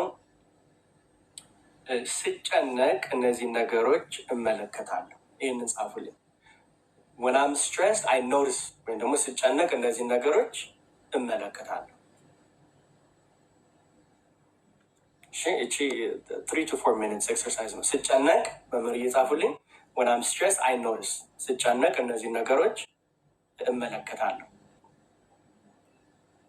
አንደኛ ስትጨነቁ ሰውነታችሁ ወይም ደግሞ ባሪ ሰውነት፣ ይሄ በስጋችሁ ምን ትመለከታላችሁ? እሱ ላይ ጻፉ።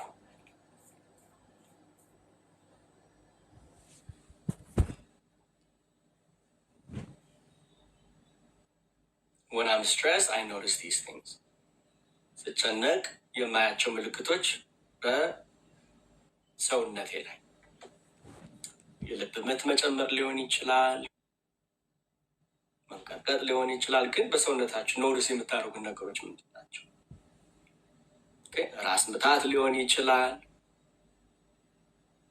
ዝም ብሎ ድካም ሊሆን ይችላል፣ ታየርድነስ ሊሆን ይችላል። ራሴን ያመኛል ያላችኋለሁ። እሺ በጣም ጻፉ፣ እንድጽፉ ነው የምፈልገው።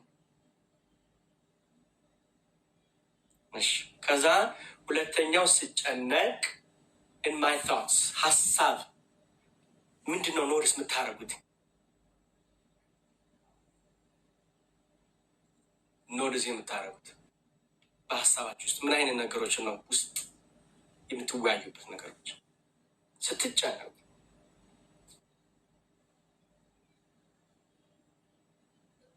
አሁን እንድትገልጹ የምፈልገው ውስጥ የምታወሩት ወሬ ውስጥ እንደ thoughts፣ ይሄ thought ነው፣ ሀሳባችሁ ላይ ነው። ኦኬ I'm losing weight። አሁን ስንጨነቅ ሜይ ቢ ሀሳብ እየሰጣችሁ ልሄድ መሰል አይደለም። ለምሳሌ እኔ ስጨነቅ ራስ ምታት ወይም ደግሞ ሰውነት የበቃ ይሄ በጣም ሩጠ ድክ የሆነ ድክም የለም ግን አልሮጥኩም ምንም አላደረኩም ግን ይሄ ድካም መሰማት ሰውነቴ ማለት ነው። በሀሳቤ ደግሞ ስጨነቅ ይሄ አሉታዊ ወይም ደግሞ ኔጌቲቭ ሀሳቦች ማመላለስ፣ ይሄ ነገር አይሳካልኝም፣ እግዚአብሔር አይሰማኝም፣ በሞክርም ምንም ነገር ሊሆንልኝ አልቻለም፣ ይህ ፈተናውማ በቃ መውደቂያ ነው፣ እንዲያውም ሳልመረቅ ነው ቀረው፣ ኦልሬዲ ገንዘብ አጥቻለሁ፣ እንግዲህ ከዚህ በላይ ምን አለ? በቃ ውስጥ የማድረጋቸው ወሬዎች ቶት ኖርስ የማድረጋቸው እኔ ብዙ ጊዜ ኖርስ ማድረገው ለራሴ ምንድን ነው በቃ መጥፎ ንግግሮች ውስጥ ሀሳቦች ይመላለሱብኛል። ልክ አሁን አንዳንዴ ብዙዎቻችሁ ተናግራችሁ ታውቂ የለ ጸሎት ስትጀምሩ በውስጣችሁ የሆነ በቃ ድሮ የሰራችሁት ኃጢአት መጥቶ ድቅን የማድረግ አሁን አንቺ ተነስተሽ ልጸልይ አሁን አንተ ልክ እንደዚ አይነት ሀሳቦች የሉ ስትጨነቁ ምንድን ነው ኖርስ የምታደርጉት ባይምሯችሁ። ሌላው ኢሞሽን ስሜት ለምሳሌ የሆነ ሰው እያናገረኝ ዝም ብዬ እናደድባቸዋለሁ። ዞር በይ ምናምን ነገር ማለት ምናደድ ንዴት ኢሞሽን ወይ አንግሪ ይሆናለሁ ወይ ደግሞ ዝም ብዬ ሳድ ሆናለሁ። በቃ ማንንም ማውራት አልፈልግም፣ ብቻ ሩሜን ዘግቼ ዝም ብዬ ቋጭ። ይሄ ኢሞሽን ስሜታዊ ስሜቶች ግንፍል የማለት ልክ እንደቡኝ። ከዛ ቢሄቪየሩ ቅድም እንዳልኳችሁ ከሰው መለየት፣ በራስን ማግለል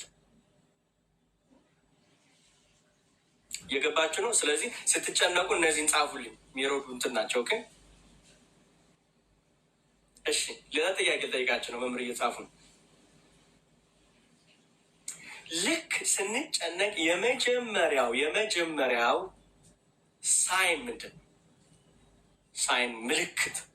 ልክ በቃ እንደተጨነቃችሁ የምታውቁት የመጀመሪያው ምልክት ምንድን ነው?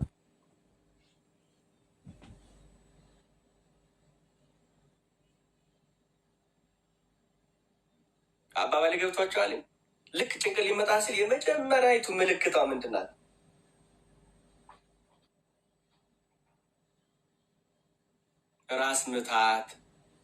ራስ ምታት፣ ያመኛል። እሺ የምሰራውን እረሳለሁ፣ አቅም ያንሰኛል። እሺ እባካችሁ እነዚህን የምትናገሩ ነገሮች ጻፏቸው። ለምን አሁን የምናደርገው ኤክሰርሳይዝ ሰልፍ አዌርነስ ይባላል። መጀመሪያ አዌር ስንሆን ነገሮችን መፍትሄ የምንሰጠው። ምልክቶችን በመጀመሪያ ከያዝናቸው ወደ ወር አይቀየሩብን። ድብርት፣ ራስ ጋር እሺ እጣላለሁ። በጣም ጥሩ።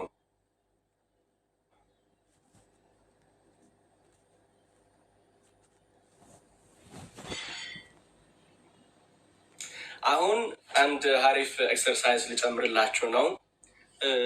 በእኛ ሀገር አላውቅም ግን እንትን ታውቃላችሁ፣ የሆነ መብራት ከሌለ የሆነ እንደ ቀይ ነው እና ሬክታንግል የሚመስል ነገር ነው እና ቀይ ነው። ልክ ስትመጡ ከሩቁ የሆነ እንደዚህ እንትን የሚል አለ። ዩዥሊ ይሄ ምልክት ምንድን ነው የሚመልስልኝ?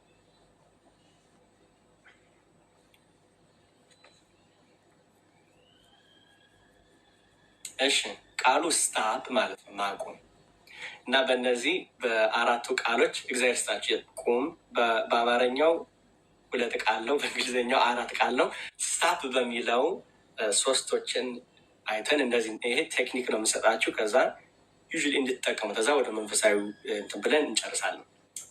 አንደኛው እንግዲህ የመጀመሪያው ፊደል ማናትኝ ስታፕ ላይ ኤስ ናት አይደለም? ኤስ ምንድናት? ስታፕ ምትልናት። ኦኬ ይሄ ምንድነው? ኢሚዲየትሊ ሪያክት ያለማድረግ። ኢሚዲየትሊ ሪያክት አለማድረግ፣ ሲጨንቀን ቶሎ ሪያክት አለማድረግ፣ ቶሎ አለመናደድ፣ ኢሚዲየትሊ በሩን ዘጋቶ መሄድ። ኦኬ ይሄ መጀመሪያው። ሁለተኛው ምን ይሉታል? ቲ አይደለች? እስቲ ቴክ ኤ ብሬት። አሁን እዚህ ላይ አንድ ብሪቲንግ ቴክ አሮንት የኛ ህዝብ እኮ በስነ ስርዓቱ ተንፍሶ የሚያውቅም አይመስለኝም። ሁሌ ሩጫ ላይ ትንሽ ዛሬ እንኳን ይምጣለን። እኔም ልተንፍስ ወገን እዝ ምንድነው የምናደርገው? ዩዥሊ ቦክስ ብሪቲንግ ይባላል። ግን እስከ 3 እንቆጥራለን። 1 2 3 ላለው ወደ ውስጥ ተንፍሱ ስል ትተነፍሳላችሁ። አየር አውጡ ስትባሉ ታወጣላችሁ። እሺ አሁን ከእናንተ የምፈልገው ምንድን ነው? ልክ እንደኔ ካምፎርታብል ቦታ ካላችሁ ደህና ቦታ ወንበር ላይ ተቀመጡ፣ ሶፋ ላይ ወደቨር፣ ጀስት ከሰውነታችሁ ሪላክስ የሚሆን ቦታ ላይ ተቀመጡ። ኦኬ ሰው ሁለተኛው ልክ የጭንቀት ስሜቶች ምልክቷ ሲመጣ ምን ይመስላችኋል? ይላችሁ ሰውነታችን ሪላክስ ማድረግ። ስለዚህ እቆጥራለሁ፣ እንጀምራለን። አንደኛ ዝግጁ ከሆናችሁ እንጀምር። መምህር ትንሽ ወደኋላ ለቀቅ ይባሉ። እንደሱ ነው። መሬት ላይ ነኝ እኔ። ችግር የለውም፣ የትም ላይ ሁኝ። ዋናው መተንፈስ ነው። ትንፋስ ባለወይ በተነፈስነ ቁጥር እኮ አይምሯችን በጣም ጥሩ ኦክሲጅን ያገኛል። እሺ 3 እቆጥራለሁ፣ እዛ ተንፍሱ፣ እንተነፍሳለን። 1 2 3 ወደ ውስጥ አየር ሳቡ፣ ያዙት። 1 2 3 ልቀቁ። በጣም ጥሩ። ያዙት፣ እንዳትለቁ።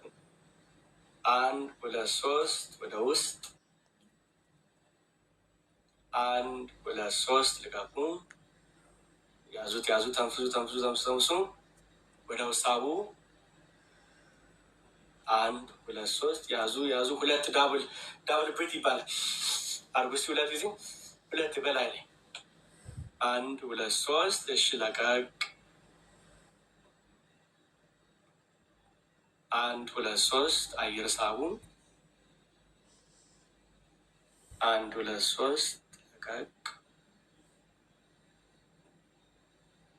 1 2 3 ወደ ውስጥ 1 2 3 ወደ ውጭ። በጣም ጥሩ። እሺ እስቲ ምን ተሰማችሁ? ጀስት እችን በማድረግ ብቻ አየር ወደ ውስጥ መሳብ ብቻ። ራሴን አመመኝ። ደስ ይላል። ልቤ ልትወጣ ነው። ደስ ሲልሽ እንዴ ራሳችሁ ግደል እኮ አላልኩም። አየር ወደ ውስጥ አስገቡን ያልኩኝ። እሺ ግማሾቻችሁ ሰላም ሪላክስድ። ራሴን አዞረኝ። እሺ አቅማጣው። እሺ አብዛኞቻችሁ ሰላም እያላችሁ ይሄ ምን ይባላል? ቴክ ብሬት ማለት አንዳንዴ እኛ እንደውም የሆነ ምንላት ቃል አለች። የሆነ ድክም ስለ ምንለው ነገር የሆነ የምናሰማ ስሜት የለም። እንዲያውም አንዳንድ ሙንነሽ ነው ይላሉ አይደለ ወይ? ሙንነ ነው ይላል። እንደዛ ከማለት ስ 1 2 ደቂቃ ኢቨን ላይክ ተመስገን ይህንን አየር ስለሰጠኝ ራሱ ማለት አያችሁት፣ ወደ አይምሮ እንዲገባ ስላደረግልኝ የሚቃጠሉን አየር ደግሞ እንዳወጣ ስለፈቅድ እያለ እችን እንኳን 5 ደቂቃ እንኳን ብናደርግ በጣም ብዙ ለውጥ ታያላችሁ። ስለዚህ ሁለተኛው ቲኖ ቴክ ብሬት። ይሄ ሰውነታችን ስሎ ዳውን። አሁን አብዛኞቻችሁ ሪላክስ ብላችሁ ልክ አየር መሳብ ራሱ እንዴት ሰውነትን ሪላክስ እንደሚያደርገው። እሺ ወደ 3ኛው ኦ ነው። ኦ ማለት ኦብዘርቭ ይባላል። እንድትመለከቱ የሚፈልገው ነገር አለ። ኦብዘርቭ ማለት መመልከት። የምትመለከቱት ነገር ምንድን ነው? ምንድን ነው እየተሰማችሁ ያለው? ተመልከቱት። ምንድን ነው እያሰበ ባለወይ እንዲያው አይምሮ ከሁሉ ደስ የሚለኝ ማለት ታውቃላችሁ፣ ሀሳባችሁን ቁማችሁ መመልከት እንደምትችሉ ታውቃላችሁ። ይሄ ከብድ ያለ እንትን ነው። የምታስቡትን ሀሳብ ቁማችሁ ውስጥ ማለት ነው ውስጥ የምታስቡትን ሀሳብ ቁማችሁ ልታዳምጡ ትችላላችሁ። እንደዚህ አጋጥሟችሁ አያውቅም? እንዴ ለምን እንደዚህ ማስበው ብላችሁ አታውቁም? ከሀሳባችሁ ተለይታችኋል። ይህ ምን ማለት ሀሳብን ለይታችሁ ራሳችሁ ተነጥላችሁ ሀሳባችሁን አብዘርቭ ልታደርጉ ትችላላችሁ። ልክ አሁን ሲጨንቃችሁ የሆነ በቃ ጭንቀት ምናምን ሲሰማ እንዴ ይህንን ለምንድነው እነዚህ ስሜቶች የሚሰሙ? አባባል ገብታችኋል? ለምሳሌ ራስ ምታት ሲሰማቸው በቃ እነዚህ ስሜቶች ሲመጡ ወይ ለምን ልክ አንዳንዴ ረጋ ብላችሁ እንዴት አድርጌ ልንገራችሁ? የሆነ ሰው ሸውዳችሁ ያውቃል? የሆነ ነገር ሸውዷችሁ እዴ ሊበላይ ነው ምናምን ብላችሁ አስባችሁ አታውቁም? የሆነ በቃ ጌም ተጫውቶባችሁ ሉክ አይምሮ እንደዛ ነው። ስለዚህ ኦብዘርቭ ማለት ከስሜታችሁ ወጣችሁ ስሜታችሁን ልትመለከቱት ትችላላችሁ ማየት። ይሄ ደግሞ ትልቅ ስጦታ ነው እግዚአብሔር የሰጠን። ለምን ራሳችሁን ስትመለከቱትኝ then ያን ጊዜ ወይ ለምን ይሄን ስሜት ለምንድን ነው የሚሰማኝ? why am I feeling this? ይሄንን ሀሳብ ለምንድን ነው ማስበው? ወይም ደግሞ ለምንድን ነው ነገሮችን ከመጠን በላይ ኦቨርቲንክ ማድረግ? ይሄ ራሱን የቻለ መፍትሄ። ስለዚህ ኦብዘርቭ እና እራሳችሁን ትጠይቃላችሁ። what am I feeling? አሁን የሚሰማኝ ስሜት ምንድን ነው? አሁን የማስበው ሀሳብ ምንድን ነው? በሰውነቴ ላይ የሚከናወነው ነገር ምንድን ነው? what's happening in my body? ምንድን ነው የሚሰማኝ ውስጥ? ራሴ፣ ጭንቅላቴ፣ ሆዴ፣ ደረቴ ምንድን ነው የሚሰማኝ ብላችሁ ማየት ትችላላችሁ። ኦብዘርቭ ይባላል። ከዛ የመጨረሻዋ ፒ አይደለች፣ ፐርሲድ ይባላል። ፐርሲድ ማለት የምታደርጉትን ድርጊት ቹዝ አድርጋችሁ መወሰን ማለት ነው። አውቶማቲክሊ ሪያክት ከማድረግ ኦብዘርቭ አድርገን ኦኬ እነዚህ ነገሮች እያሰብኩ ነው፣ ስለዚህ ለሚ ቴክ ስቴፕ ባክ። ከኔ ጋር ናችሁ? ስለዚህ ስታፕ ማቆም፣ መተንፈስ፣ መመልከት፣ ከዛ ሪስፖንድ ማድረግ ፓዝቲቭ በሆኑ መልኩ። አባባል የገባችሁ ነው? ፓዝቲቭ በሆነ መልኩ እና በተለይ በዚህ በብሪቲንግ መልኩ ላይ ብዙ ነገሮች አሉ መናገር የሚፈልገው። ሌላው ወረቀት ይዛችኋል አይደለም? ወረቀት ከያዛችሁ አንዲት ክብ ስሩልኝ እና ክብ ስሩልኝ፣ እያንዳንዳችሁም ክብ ስሩልኝ። ከዛ ከክቡ ውጭ መቆጣጠር የማልችለው ነገሮች ብላችሁ ጻፉ። ከክቡ ውጭ መቆጣጠር የማልችለው ነገሮች። So we have a circle.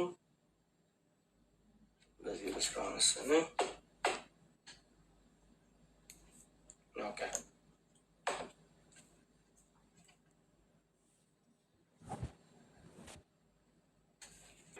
መቆጣጠር የማልችለው ነገሮች እዚህ ውስጥ መቆጣጠር የምችለው ኦኬ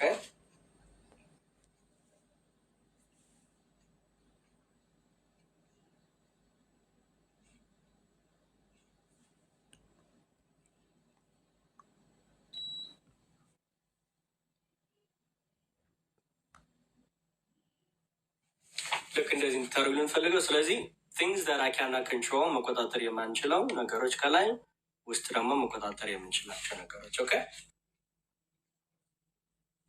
በውጩ ላይ መቆጣጠር የማትችሉትን ጻፉ። ለምሳሌ ቅድም የነገርኳቸው የሐዋርያት ሲናሪዮ ማዕበሉ መጣል መቆጣጠር አይችሉም። ለምን መጣ ቢሉትም አይሰማቸውም። ስለዚህ መቆጣጠር የማትችሉትን ነገሮች እሺ። ለምሳሌ ያለፈው ህይወታችሁ ቅድም የነገርኩት መቆጣጠር አንችለውም። our past እሺ መምርዬ ይቅርታ ሰው ደውሎ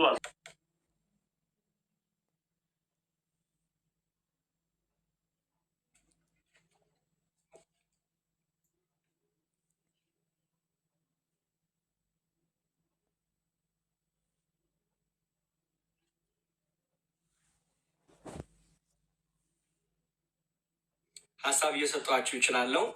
መቆጣጠር የማልችለው ለምሳሌ ስለ ፊውቸር መቆጣጠር አልችልም።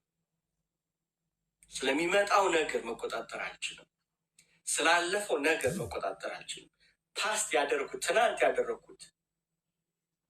ትናንት ያደረኩት መቆጣጠር አልችልም። ሰዎች ይወዱኛል ወይ አይወዱኝም ልቆጣጠረው አልችልም።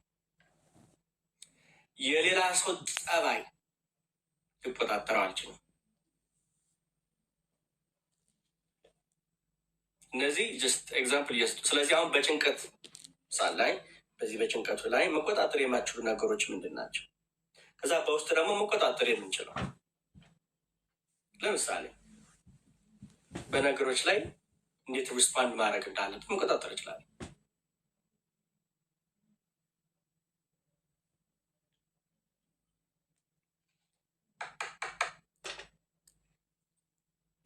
እርዳታ መጠየቅ መቆጣጠር ይችላል። እርዳታ ከፈለኩኝ በዚህ መልኩ እየተጨነኩ ነው፣ ልትረዳኝ ትችላለህ ወይ?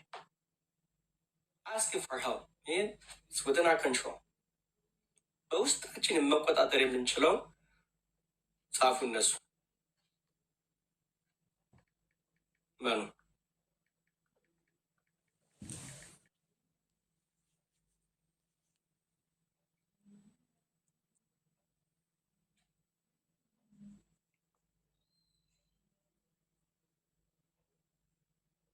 የምታወጡት ቃል መቆጣጠር ትችላላችሁ አይደለ?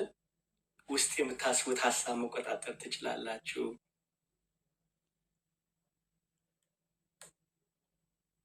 ብሄበራችሁን መቆጣጠር ትችላላችሁ። እነዚህ ሀሳብ ነው እየሰጧችሁ ያሉ። ግን ለእናንተ አሁን ባላችሁ በህይወታችሁ ውስጥ ማለት ነው።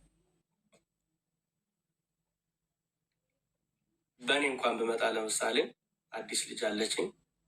ሌሊት ብታለቅስ እንዲያው ለምን ተነሳሽ ብዬ ላብድ ነው እንዴ? ማበድ እችላለሁ? ሌሊት እየረበሸች ነው ማለት አልችልም። መቆጣጠር የምችለው ምንድን ነው? ልጅ ናት። ሰው ከስራ በኋላ መጥቼ መተኛት እችላለሁ። እሱ መቆጣጠር እችላለሁ። So there are things that we can control. አሁን ቅድም ከነገርኳችሁ አይደለ? እነዚህ ጭንቀት መንስኤዎች ካልኳችሁ ነገሮች አይደለ? ራስን ዝቅ ማድረግ ወይም የራስ ሰልፍ ኮንፊደንስ የማድረግ በማን ውስጥ ነው? በራሳችን ነው። ራሴን እኔ አልችልም፣ እግዚአብሔር አይወደኝም፣ ለከሌ ይሳካለታል፣ እኔ ግን ምንም ነገር ብነካ ምን ያን ወይም ደግሞ በተቃራኒ እችላለሁ፣ ኃይልን በሚሰጠኝ በክርስቶስ ሁሉን እችላለሁ፣ ተስፋ አለኝ፣ እግዚአብሔር ከኔ ጋር ነው፣ የፈለገ ችግር ቢመጣ። አያችሁ ታስስ በሁለት ሀሳቦች ነው የምንኖረው። ለዛ ነው ጠቢቡ ሰለሞን ምን አለ መሰላችሁ?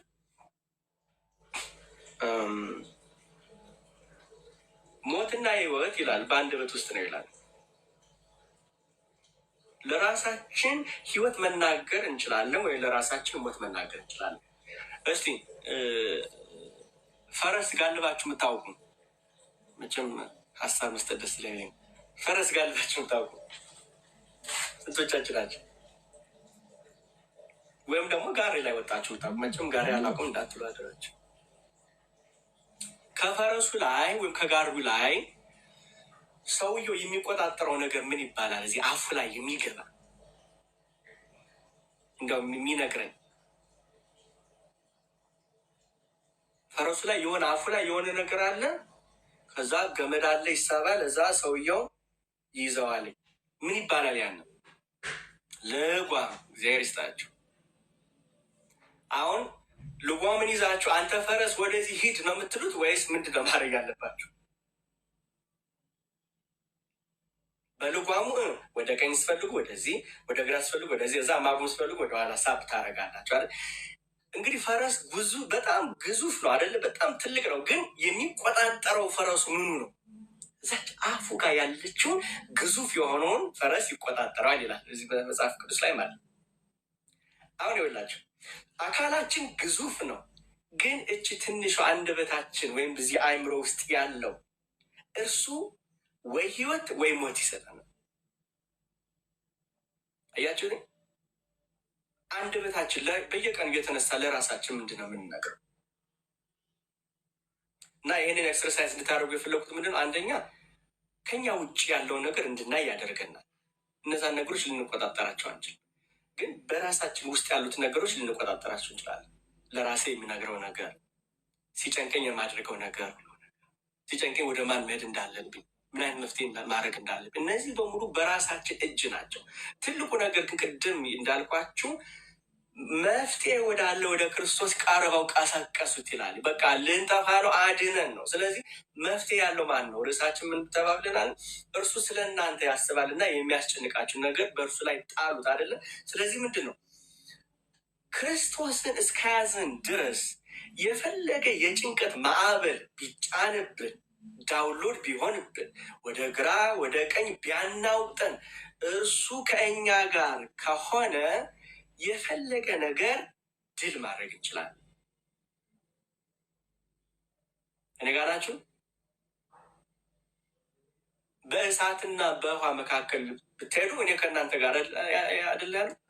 እዚህ ላቸዋል የህፃኑ የ3 ዓመቱ ቂርቆስና እየሉታ እንግዲህ አስቡት።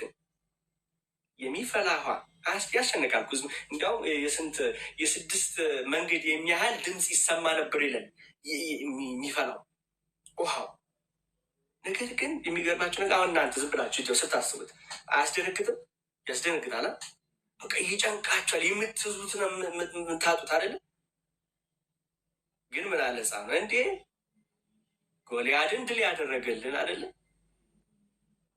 ዳንኤል በአንበሳ ውስጥ ቢወረወር፣ ዳዊት ከጎልያድ ፊት ቢቀርብ፣ ይህንን በሙሉ ድል ያደረጉት ማንን ስለያዙ ነው? ክርስቶስን ስለያዙ።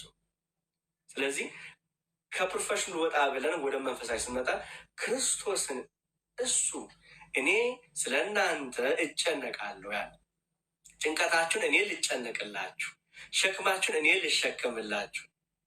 እርሱን ከያዝነ የማንኛውም የጭንቀት ወደ ህይወታችን ይመጡ እናልፈዋለን። ዋናው ግን ክርስቶስን ይዞ መጓዝ ያስፈልጋል። ሐዋርያት ክርስቶስን ይዞ ስለተጓዙ ነው እንዲህ ልንጠፋ ነው አሉት። አያችሁት? ሲጨንቃችሁ ወደ እሱ ሂዱ፣ በቃ እሱ ከእናንተ ጋር ስለሆነ በቃ ንገሩት። ጌታ ሆይ ገንዘብ አጥቻለሁ፣ በዚህ ተጨንቄያለሁ፣ ነገር ግን በቃ ጭንቀቴን አስወግድ። ይኸው እንዲያው አንተ ስለ እኔ እጨነቃለሁ ብለህ የለ፣ ይኸው ጭንቀቴን እንካ፣ አንተ መፍትሄ ስጠኝ በሉት። ከእርሱ ጋር መጓዝ ነው በቃ ትልቁ ነገር። እርሱን ይዞ የሚጓዝ ሰው በእርግጥ የስ ወደ ዲፕሬሽን ምናምን ስንመጣ መድኃኒት የሚያስፈልጋቸው፣ ካውንስሊንግ የሚያስፈልጋቸው፣ ቴራፒ የሚያስፈልጋቸው አለ። ለምን? ያንንም እውቀት የሰጠ እግዚአብሔር ስለሆነ ልንጠቀምበት ያስፈልጋል። ከዛ ደግሞ የበለጠ ደግሞ መንፈሳዊ ነው። ስለዚህ ክርስቶስን ይዘን ስንጓዝ ሁሌ እርሱ ከኛ ጋር ነው። ሁሌ እርሱ ከኛ ጋር ነው።